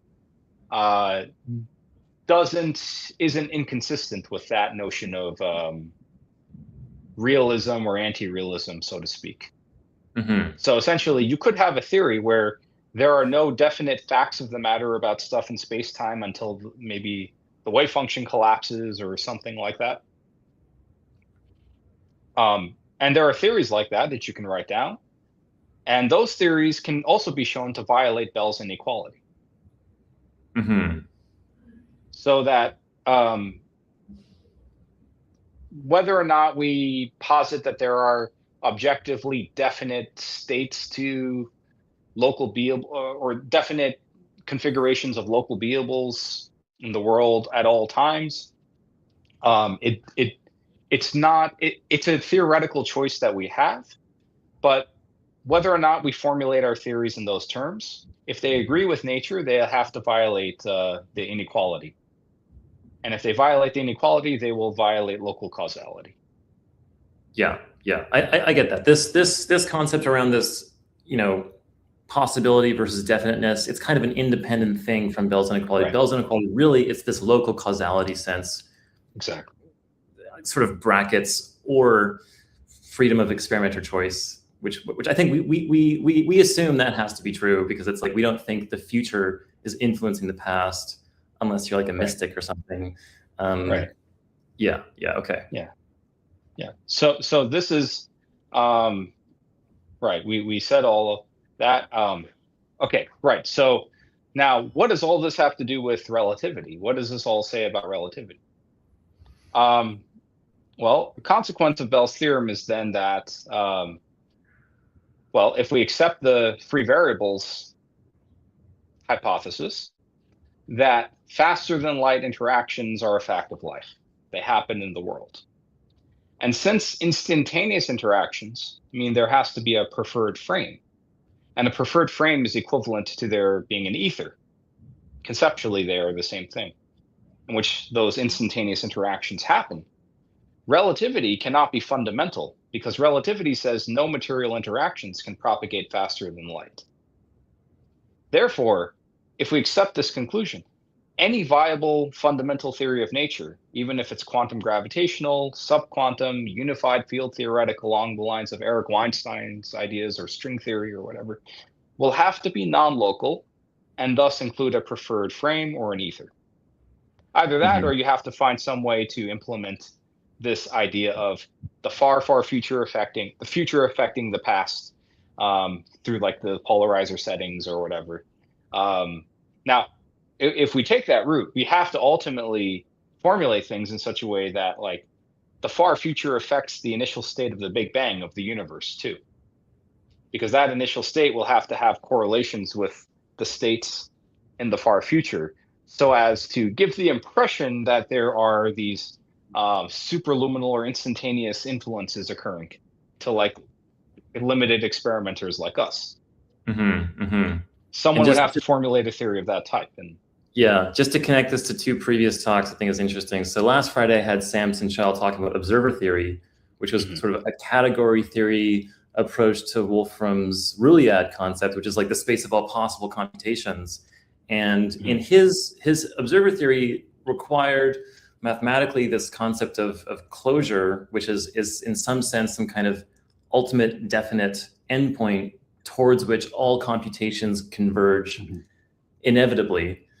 So that's sort of touching on this, like, is there a future state influencing the past all the way towards the Big Bang or beginning of the universe? And then yesterday's talk with Mike McCulloch, he was a fan of Ernst Mach. And so the Mach principle had this concept of like, well, there is a preferred frame of reference, and it's kind of like Right. the rest frame of this like background cosmic microwave radiation, or like these distant galaxies, right? It's like that actually Right. establishes a preferred frame without any kind of like ether type concept. Yeah. So when I say a preferred frame in this setting, in this context, I mean a genuine preferred frame, as in there is a sort of metaphysically privileged three-dimensional space existing at a certain time, and there are definite facts about the coordinates or locations of things in three-dimensional space at a certain time, along the lines of well, ether theorists of the 19th and early 20th century had proposed. And the reason is simply because if we accept the premises of Bell's theorem, at least, or if we accept at least the violation of Bell's inequality and the free variables hypothesis, that implies that there really are these instantaneous interactions happening across the universe. So that means they necessarily have to be happening at a global instant of time, an instant of time that's the same for everything and everyone. And so that raises the question, of course, then, well, we have all these great experimental tests of relativity theory in cosmology and astrophysics and laboratory experiments.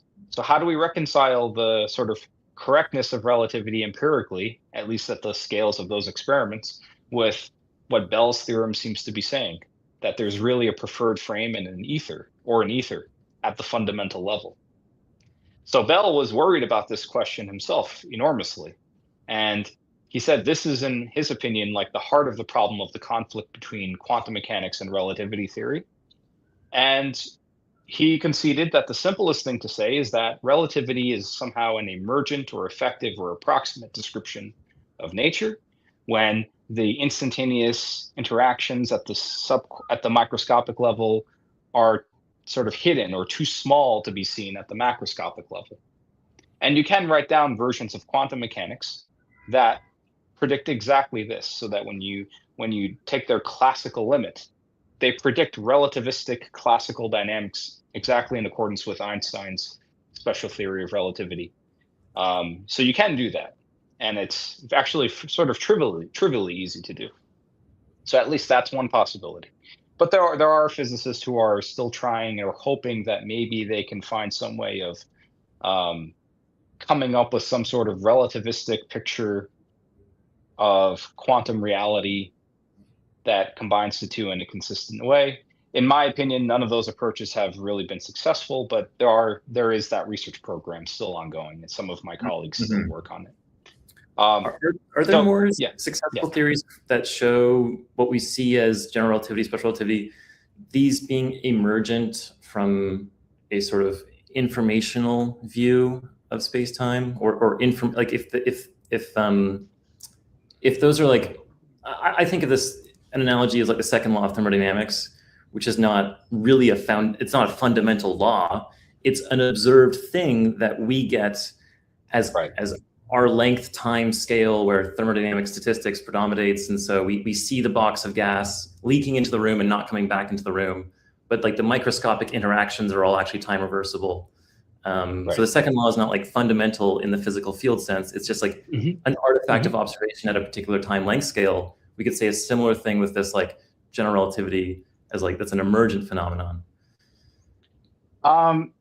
There are research programs that try to see general relativity as something analogous to thermodynamics is to statistical mechanics or to classical mechanics. In terms of information theoretic, do you mean something like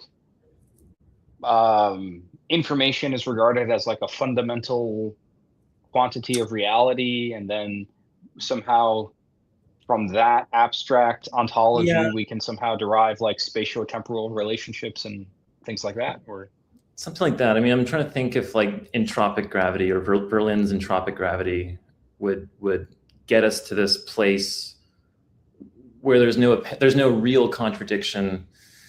Because I don't know. I'm out of my depth. So I'm leaning on you. No, I know there are physicists who do claim that they use the slogan "it from bit," And the suggestion is that if we can think of quantum information, some sort of quantum mechanical generalization of the classical notion of information in information theory. And from quantum information, if we have the right quantum informational states, if we posit the right types of states and the right type of dynamics for those states, then we can show how space-time and Einstein's laws of general relativity governing that space-time can emerge in some sort of effective or approximate or average description of the way the informational states evolve. There is a research program along those lines. People like Sean Carroll and John Preskill, Daniel Harlow, people like that pursue it. In other parts of gravitational physics, there are people like Eric Verlinde and his entropic gravity approach, and like Ted Jacobson and his like thermodynamics of space-time approach, where they take space-time as like fundamental, but they sort of argue that the dynamics of space-time according to general relativity theory can be somehow derived by postulating that certain thermodynamic laws apply to like the radiation field seen by accelerating observers in that space-time or something along those lines. My general sort of concern about those different approaches is that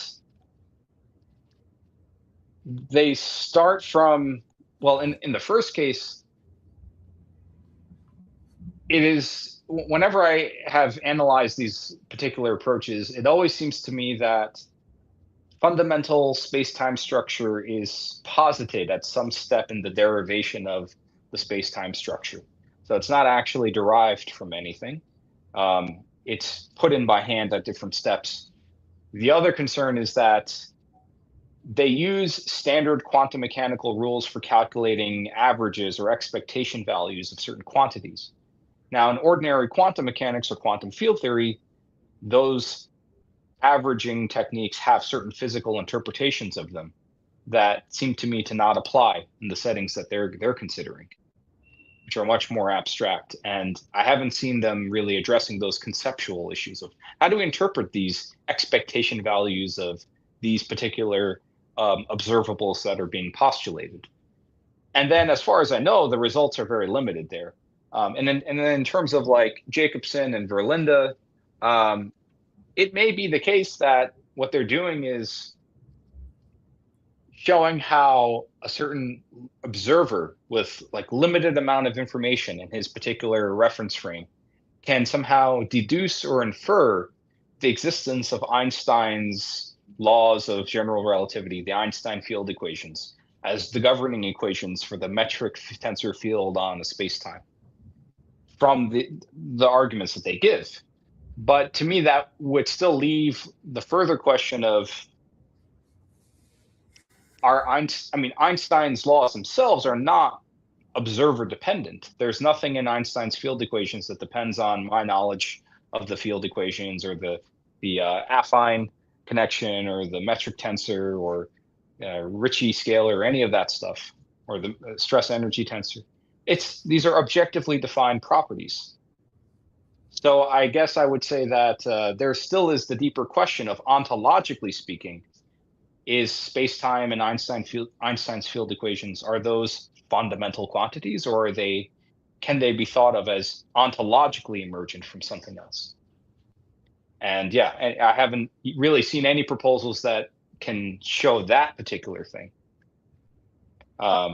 You can modify Einstein's equations, make them say discrete, so that space-time is itself discrete, and then you can show that in a continuum limit you recover the continuous space-times and Einstein field equations of ordinary general relativity.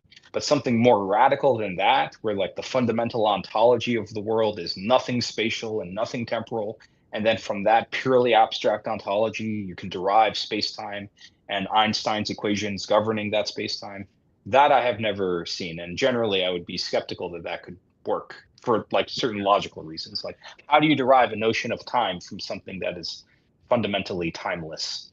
Or how do you derive the notion of space or distance from something that is fundamentally non-spatial? But yeah, but there are people who try to pursue these research programs for sure.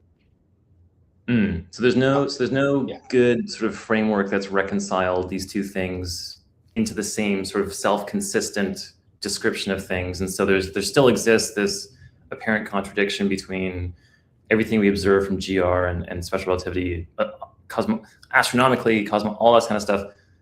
Still, that is very contradictory with what we see from quantum mechanics, where we do not, we have to relax this concept of local causality. That's what I would say. Yeah, that would be, and then that was essentially Bell's conclusion as well.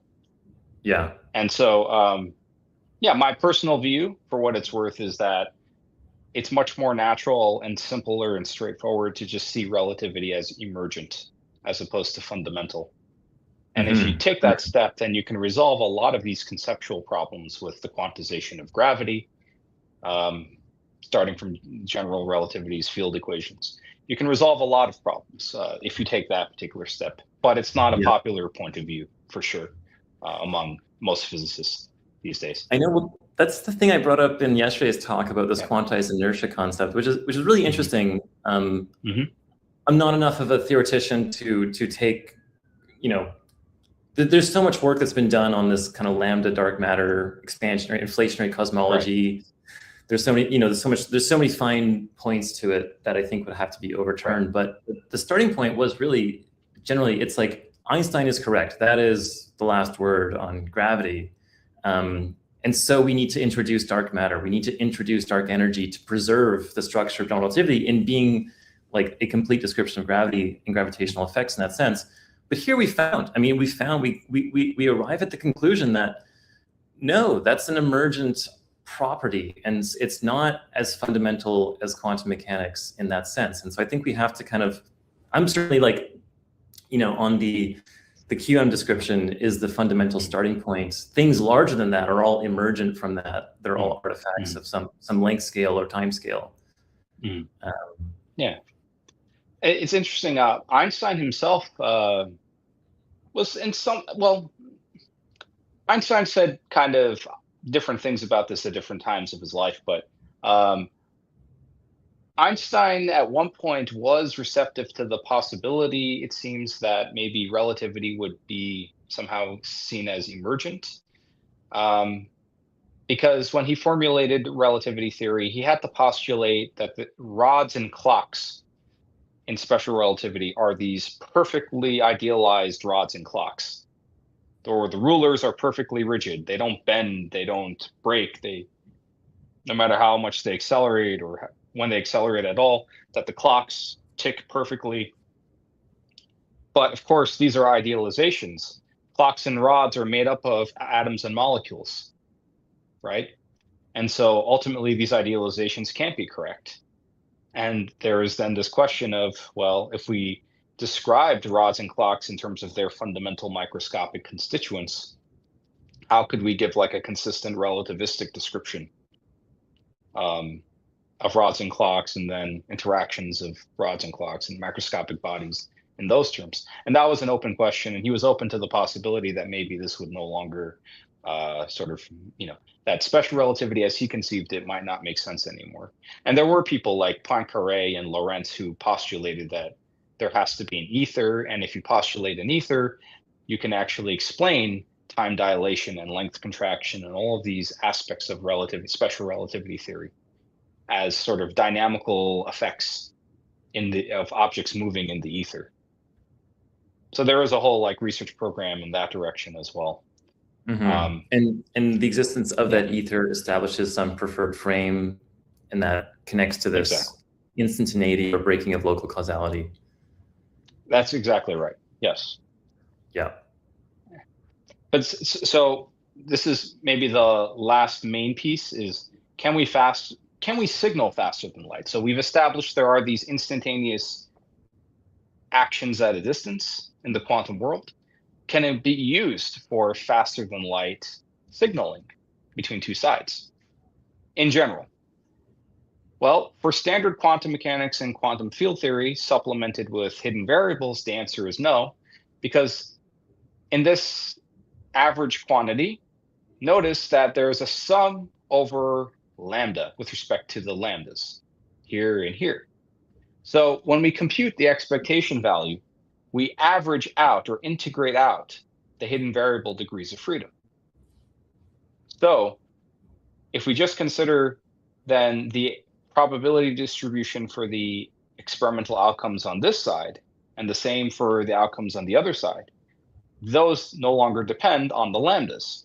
But if we were to try to do superluminal signaling, faster than light signaling, with this instantaneous non-local influence effect, the way we would do it is by tinkering with the polarizer angles, the little a and the little b, by adjusting those by hand deliberately, because then those would affect the hidden variables, the lambdas, and then those lambdas would affect, presumably, the experimental outcomes.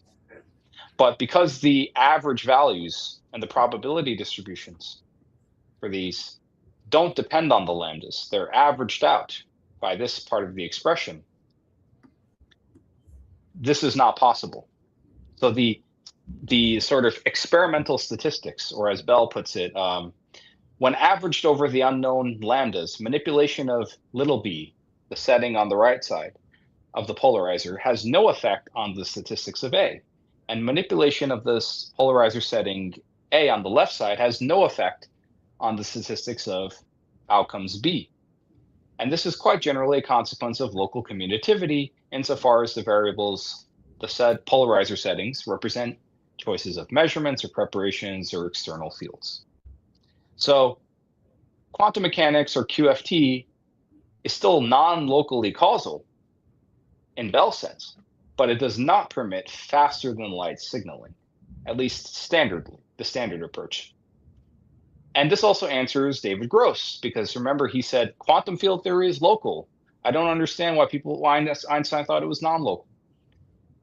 But what he was referring to there is this feature that in QFT, QFT does not allow faster than light signaling. This is known in QFT literature as local commutativity, and this is the mathematical statement of that, which isn't important for us, but it's a well-known feature. That's what Gross was referring to, and he was right about that. But as we see, it's not in contradiction at all with the kind of non-locality identified by Einstein and then by Bell, this sort of non-local causality. So, okay, good. So now just to come back to that to the exchange with David Gross, I just want to go through it quickly to see if the previous discussion has now maybe shed new light on that exchange. So I say here, regarding your comment that Einstein rejected quantum mechanics, I just want to point out that Einstein fully accepted the correctness of the predictions of quantum mechanics and quantum field theory. What Einstein objected to was the idea that the quantum state description of physical systems was complete, for reasons having to do with the EPR argument. Gross. No, Einstein rejected quantum mechanics. He rejected it because he hated the indeterminacy of it. He thought there were hidden variables, as do some of my colleagues, but I see no need for them. I've never understood why Einstein thought quantum mechanics and quantum field theory are non-local. They're not non-local, they're local. I've never understood that about Einstein's position. Me? Well, Einstein explains in his autobiography that in the EPR paper, if one assumes that the quantum state description is complete and that the quantum predictions are accurate, then quantum mechanics entails instantaneous action at a distance. And since this is not compatible with locality of relativistic classical field theories, and he had reasons to prefer locality, this led him to reject the completeness assumption. What do you mean by completeness? That the description of a physical system in terms of its quantum wave function is exhaustive. A more complete description doesn't exist beyond that given by the wave function. Gross. I don't follow. Quantum field theory is a local theory. Field operators defined at space-like separated points commute. There's no instantaneous action at a distance in quantum field theory. Me. Right. QFT satisfies local commutativity, but that's not incompatible with the fact that QFT and QM entail instantaneous action at a distance in the sense of EPR. Gross. Well, I'm not a philosopher. So, in my opinion, the implications of Bell's theorem are so significant that I think that if extremely obviously influential and gifted physicists like David Gross could fully appreciate the implications of Bell's theorem and of the EPR argument, that could have a significant impact in, say, the way that high energy theoretical physics is done, on how string theory is done, on how quantum gravity research generally is done, insofar as someone like Gross is considered to be one of the main influencers of these research programs, one of the father figures of these different research programs. And just in general, I mean, it's good to be clearer, I think, about these foundational issues about ordinary quantum mechanics and quantum field theory, so that there's no miscommunication or confusion. So yeah, that's the completion of the slides, but yeah, we can definitely talk about anything. That's awesome. I mean, so it sounds like, David Gross probably, he was thinking of this, I would think probably this information signaling faster than the speed of light. Exactly. That part, yeah. But that's not actually implied by Bell's theorem. And so I think we have a much more narrow bound on what Bell's theorem is saying. Definitely, it's not about local realism. That's kind of an independent issue, whether things exist, whether you're looking at them or not. I mean, this is kind of something else. And it's also not saying anything about this faster than light signaling of information, conveying of useful information.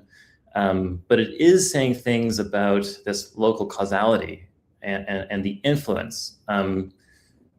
And I think my main takeaway here, we have to accept this conclusion that Einstein's theories are emergent in some sense. Like, they are not as fundamental as this. We have established that reality is not locally causal in this sense. Like, that is experimentally demonstrated already, right? Where there's no experimental observations that GR and SR, Einstein's theories, are not emergent in some sense. We know that they apply at very large scales of distance, astronomically and cosmologically, but actually we don't. Like, this is the funny thing, and this was the point from yesterday's talk too, which is like, it is not correct to say that Einstein's GR is the most validated theory in history, because first off, we have the galactic rotation curves and the supposition of dark matter and dark energy to save GR in the face of contradictory observational evidence. Now, sure, there could be, there can be a cosmological perspective in which those things are still true, but now we have this definite thing that says this is a violation of Einstein's theory of finite speed of light propagation for causal influence. Right. Exactly. Now, maybe I should, just in the interest of being fair as a scientist or whatever, I should say, there are some physicists who will say, like, all of this is conditional on two other things: that the experimental tests demonstrating the violation of Bell's inequality were done correctly since the 1980s, early 80s, and that and the second thing is that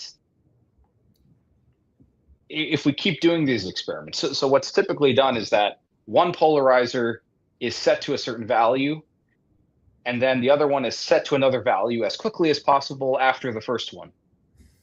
So that essentially you're putting bounds on how fast the light signal or causal influence can propagate from the polarizer here to the polarizer there. And when these experiments are typically done, the speed bound in practice is not instantaneous, but it's maybe something like, I don't know, 20, 30, 40, 50,000 times the speed of light. Right. So some people hope that, well, maybe, I don't know, if we keep doing this experiment, we'll find that at some point there are causal influences that propagate at a finite speed, not instantaneously. And it's much, much, much, much, much faster than the speed of light. But it's still finite nonetheless. The counter is that, of course, well, that's a logical possibility, but there's nothing in our theoretical understanding of quantum gravity or quantum mechanics or whatever that would like predict that to happen or to be likely, or say at what sort of speed limit that's likely to be observed or anything like that. But you might consider that as a possible way out, even though it's a long shot, at least based on our current knowledge of things and all of that. Sure. It doesn't really save Einstein's, though. I mean, because that was the speed of light, is this thing. So even if, you know, sure, there's a new speed limit on non-information carrying, but still causally significant influences that is only 50,000 times the speed of light. Well, okay, but that's still, it's pretty theory breaking for the GR perspective. Yeah. So it would require still significant revisions to, GR and all of that. So go ahead. I'm curious if you think there is ways forward tractably, either experimentally or theoretically, following this kind of Aether model or instantaneous potential, you know, because this is like a scalar potential field that is instantaneous in some way. Yep.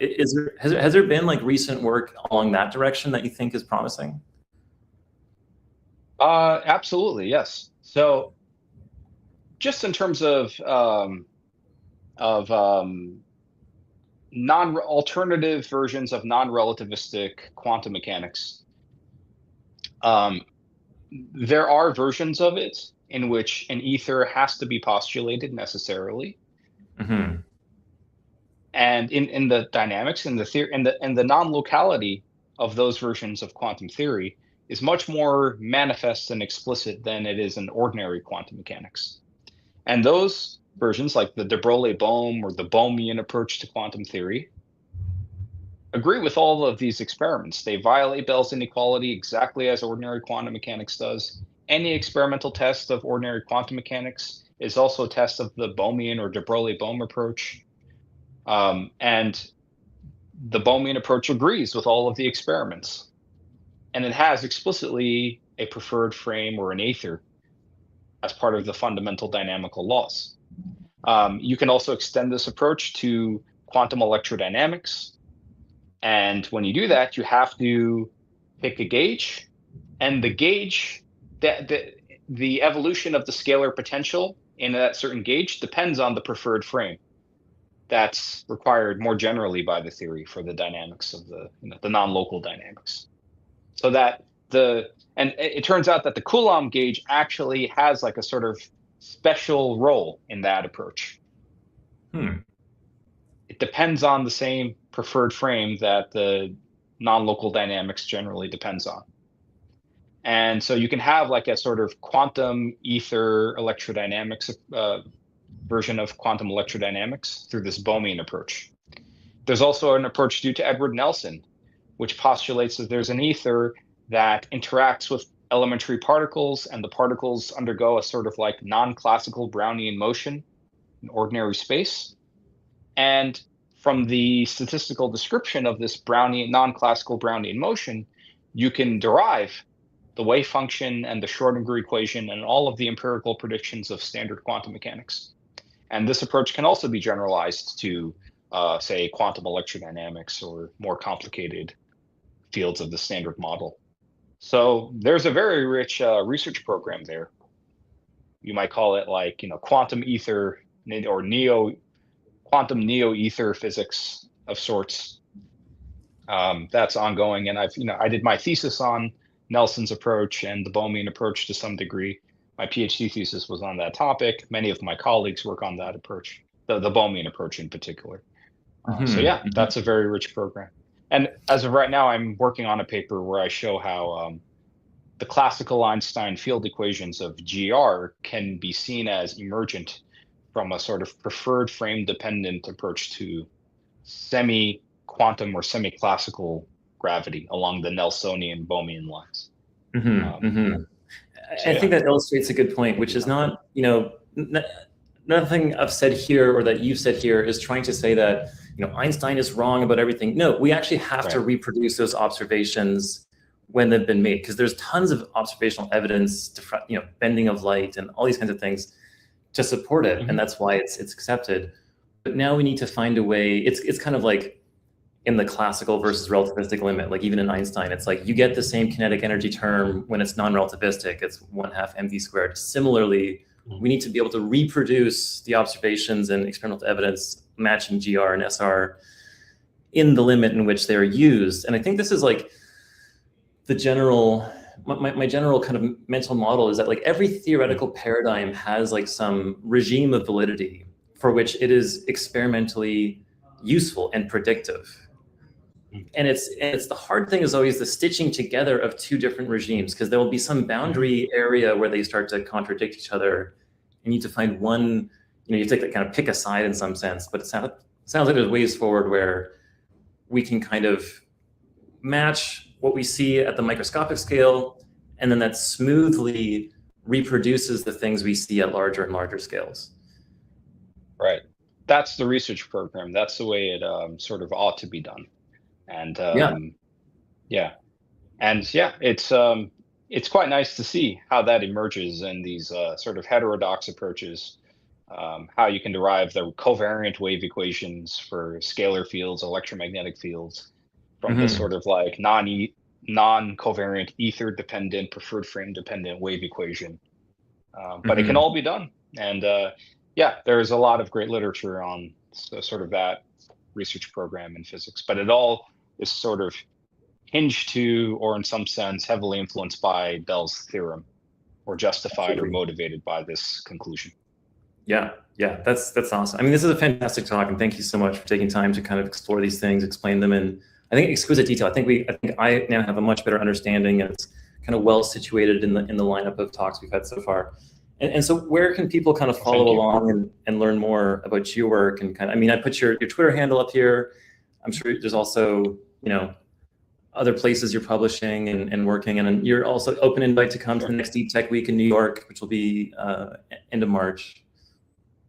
That would be great. I would love to come to the next meeting, and thank you and for having me for this presentation. It was a lot of fun, and glad to hear that it was productive or helpful. And in terms of my research, I have a ResearchGate profile which has all of my publications uploaded. It can be freely downloaded, presentations, talks given as well, and which covers a lot of this type of material content.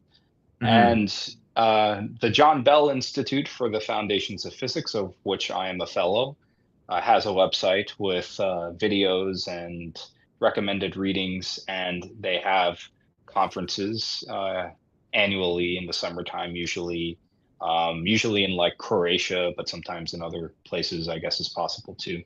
And so I would recommend people look up the John Bell Institute for the Foundations of Physics as well.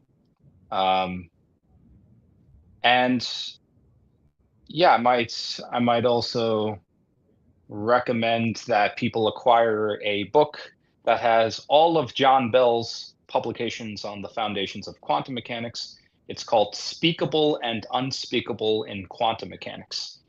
Yeah. And I remember when I was an undergraduate, I found this book in the library, and I read the back of it, and I went to my undergraduate modern physics professor. I was a sophomore, and I said, I'd like to do my my book reading project for the course on this book. Can I do it? And he was like, ooh, I don't think that's a good idea. I heard that book talks a lot about like woo and consciousness and this and that. So no, that's not a good idea.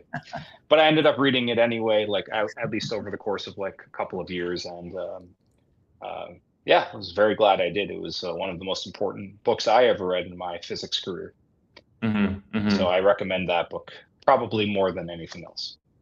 We should all check that out. I mean, I think we should all be more open-minded too, because my framing is always that, however physics works, our biological systems have evolved to exploit all relevant physics at our level of existence. And I think for a long time there was this prevailing view that like quantum mechanics isn't really relevant to biological systems. They're too warm, wet, and noisy.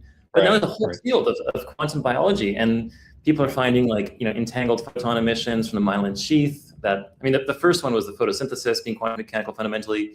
More work on this, and voltage-gated ion channels probably proceed via some kind of tunneling phenomenon. And so it's like we got to like confront the fact that we actually can't place expectations on how physical reality works just as a result of the conventional realm of experience we inhabit. This itself is emergent. And I think this is Stephen Wolfson's point he makes so well, is that the kind of physics you observe depends on your construction as an observer. So yes, the forward arrow of time, like we have to, plan for the future and all this kind of stuff. But whether that's how things are at the fundamental limit is not determined. And I think also, like, in our imagination about what technologies are possible, because I think we have this assumption that FTL travel is fundamentally impossible. But then even Alcubierre came up with this warp drive metric, and there's lots of contentions with it. Well, it requires massive amounts of negative energy and so forth. But we gotta have a bit of an open mind. And so, I mean, there's no more complicated phenomenon in the known universe than consciousness. And actually, Friday's talk is going to be on consciousness and testing Penrose theories of orchestrated objective reduction with an IBM quantum computer, as well as related studies in organoid brain development kind of stuff. So that'll be a good one. Yeah. Look forward to seeing that too. Yeah. Well, thanks so much for joining. I'm definitely going to have you back in the future. We can talk about more such cool things. That'd be great. Would love to. Awesome. Okay, I'm just gonna do a wind up here. All right, thank you so much for joining. There's 1,200 people watching live on Superluminal Causation and Quantum Mechanics, which I think is a great audience for a topic that is incredibly technical and in the weeds on mathematical physics. Whether things in the future can influence the present is an interesting philosophical question. And I mean, Elon Musk had this quote: intelligence is the ability to which you can accurately predict the future, right? And so as we develop more accurate models of both physical reality, socioeconomic reality, the economy, and the global environment we live in, our ability to accurately predict, model, and forecast the future does end up influencing our present decisions, right? So this is unavoidable. This is the nature of intelligence in being a future predicting thing, is that we got to think, what do I do with my time today, right? And so tomorrow's talk is going to be a little more grounded in this kind of more conventional, like, where are we going as a civilization? What are we doing? How do we make good decisions now to make a better future? And the talk is going to be by Making Sunsets, Andrew Song and Luke Eisenman, I think his name is. Luke and Andrew are going to be joining us to talk about stratospheric sulfur injection to combat and reverse the effects of CO2 as a greenhouse gas and global warming. So that'll be tomorrow at 1 p.m. PST. And the talks on this show are only going to get more, we'll say, out there in time, but also always grounded with this perspective of what implications does this have for the bounds of achievable technologies within our lifetime, within our future light cone, and how do we engineer technologies to leverage our physical understanding of things. It's important to understand that all technology is downstream of physics. And so long as fundamental progress in physics is gated by our epistemic assumptions or our historical conventions, for example, assuming that Einstein, GR, and SR are complete descriptions of gravity, which I think we now have to abandon, that will limit the search space of what we think of as possible in the future. And that will limit how well we can actually predict the future. And so we can end up going down these blind paths in this kind of scientific dogma of what is allowable, what is fundable, where should we allocate our research investigative efforts. And future is going to be cooler than I think any of us can even guess, because our knowledge of physics is so incomplete and constantly being refined and improved. And so, yeah, join us tomorrow for 1 p.m. PST. We'll talk about how to reverse climate change with stratospheric sulfur injection. Thanks.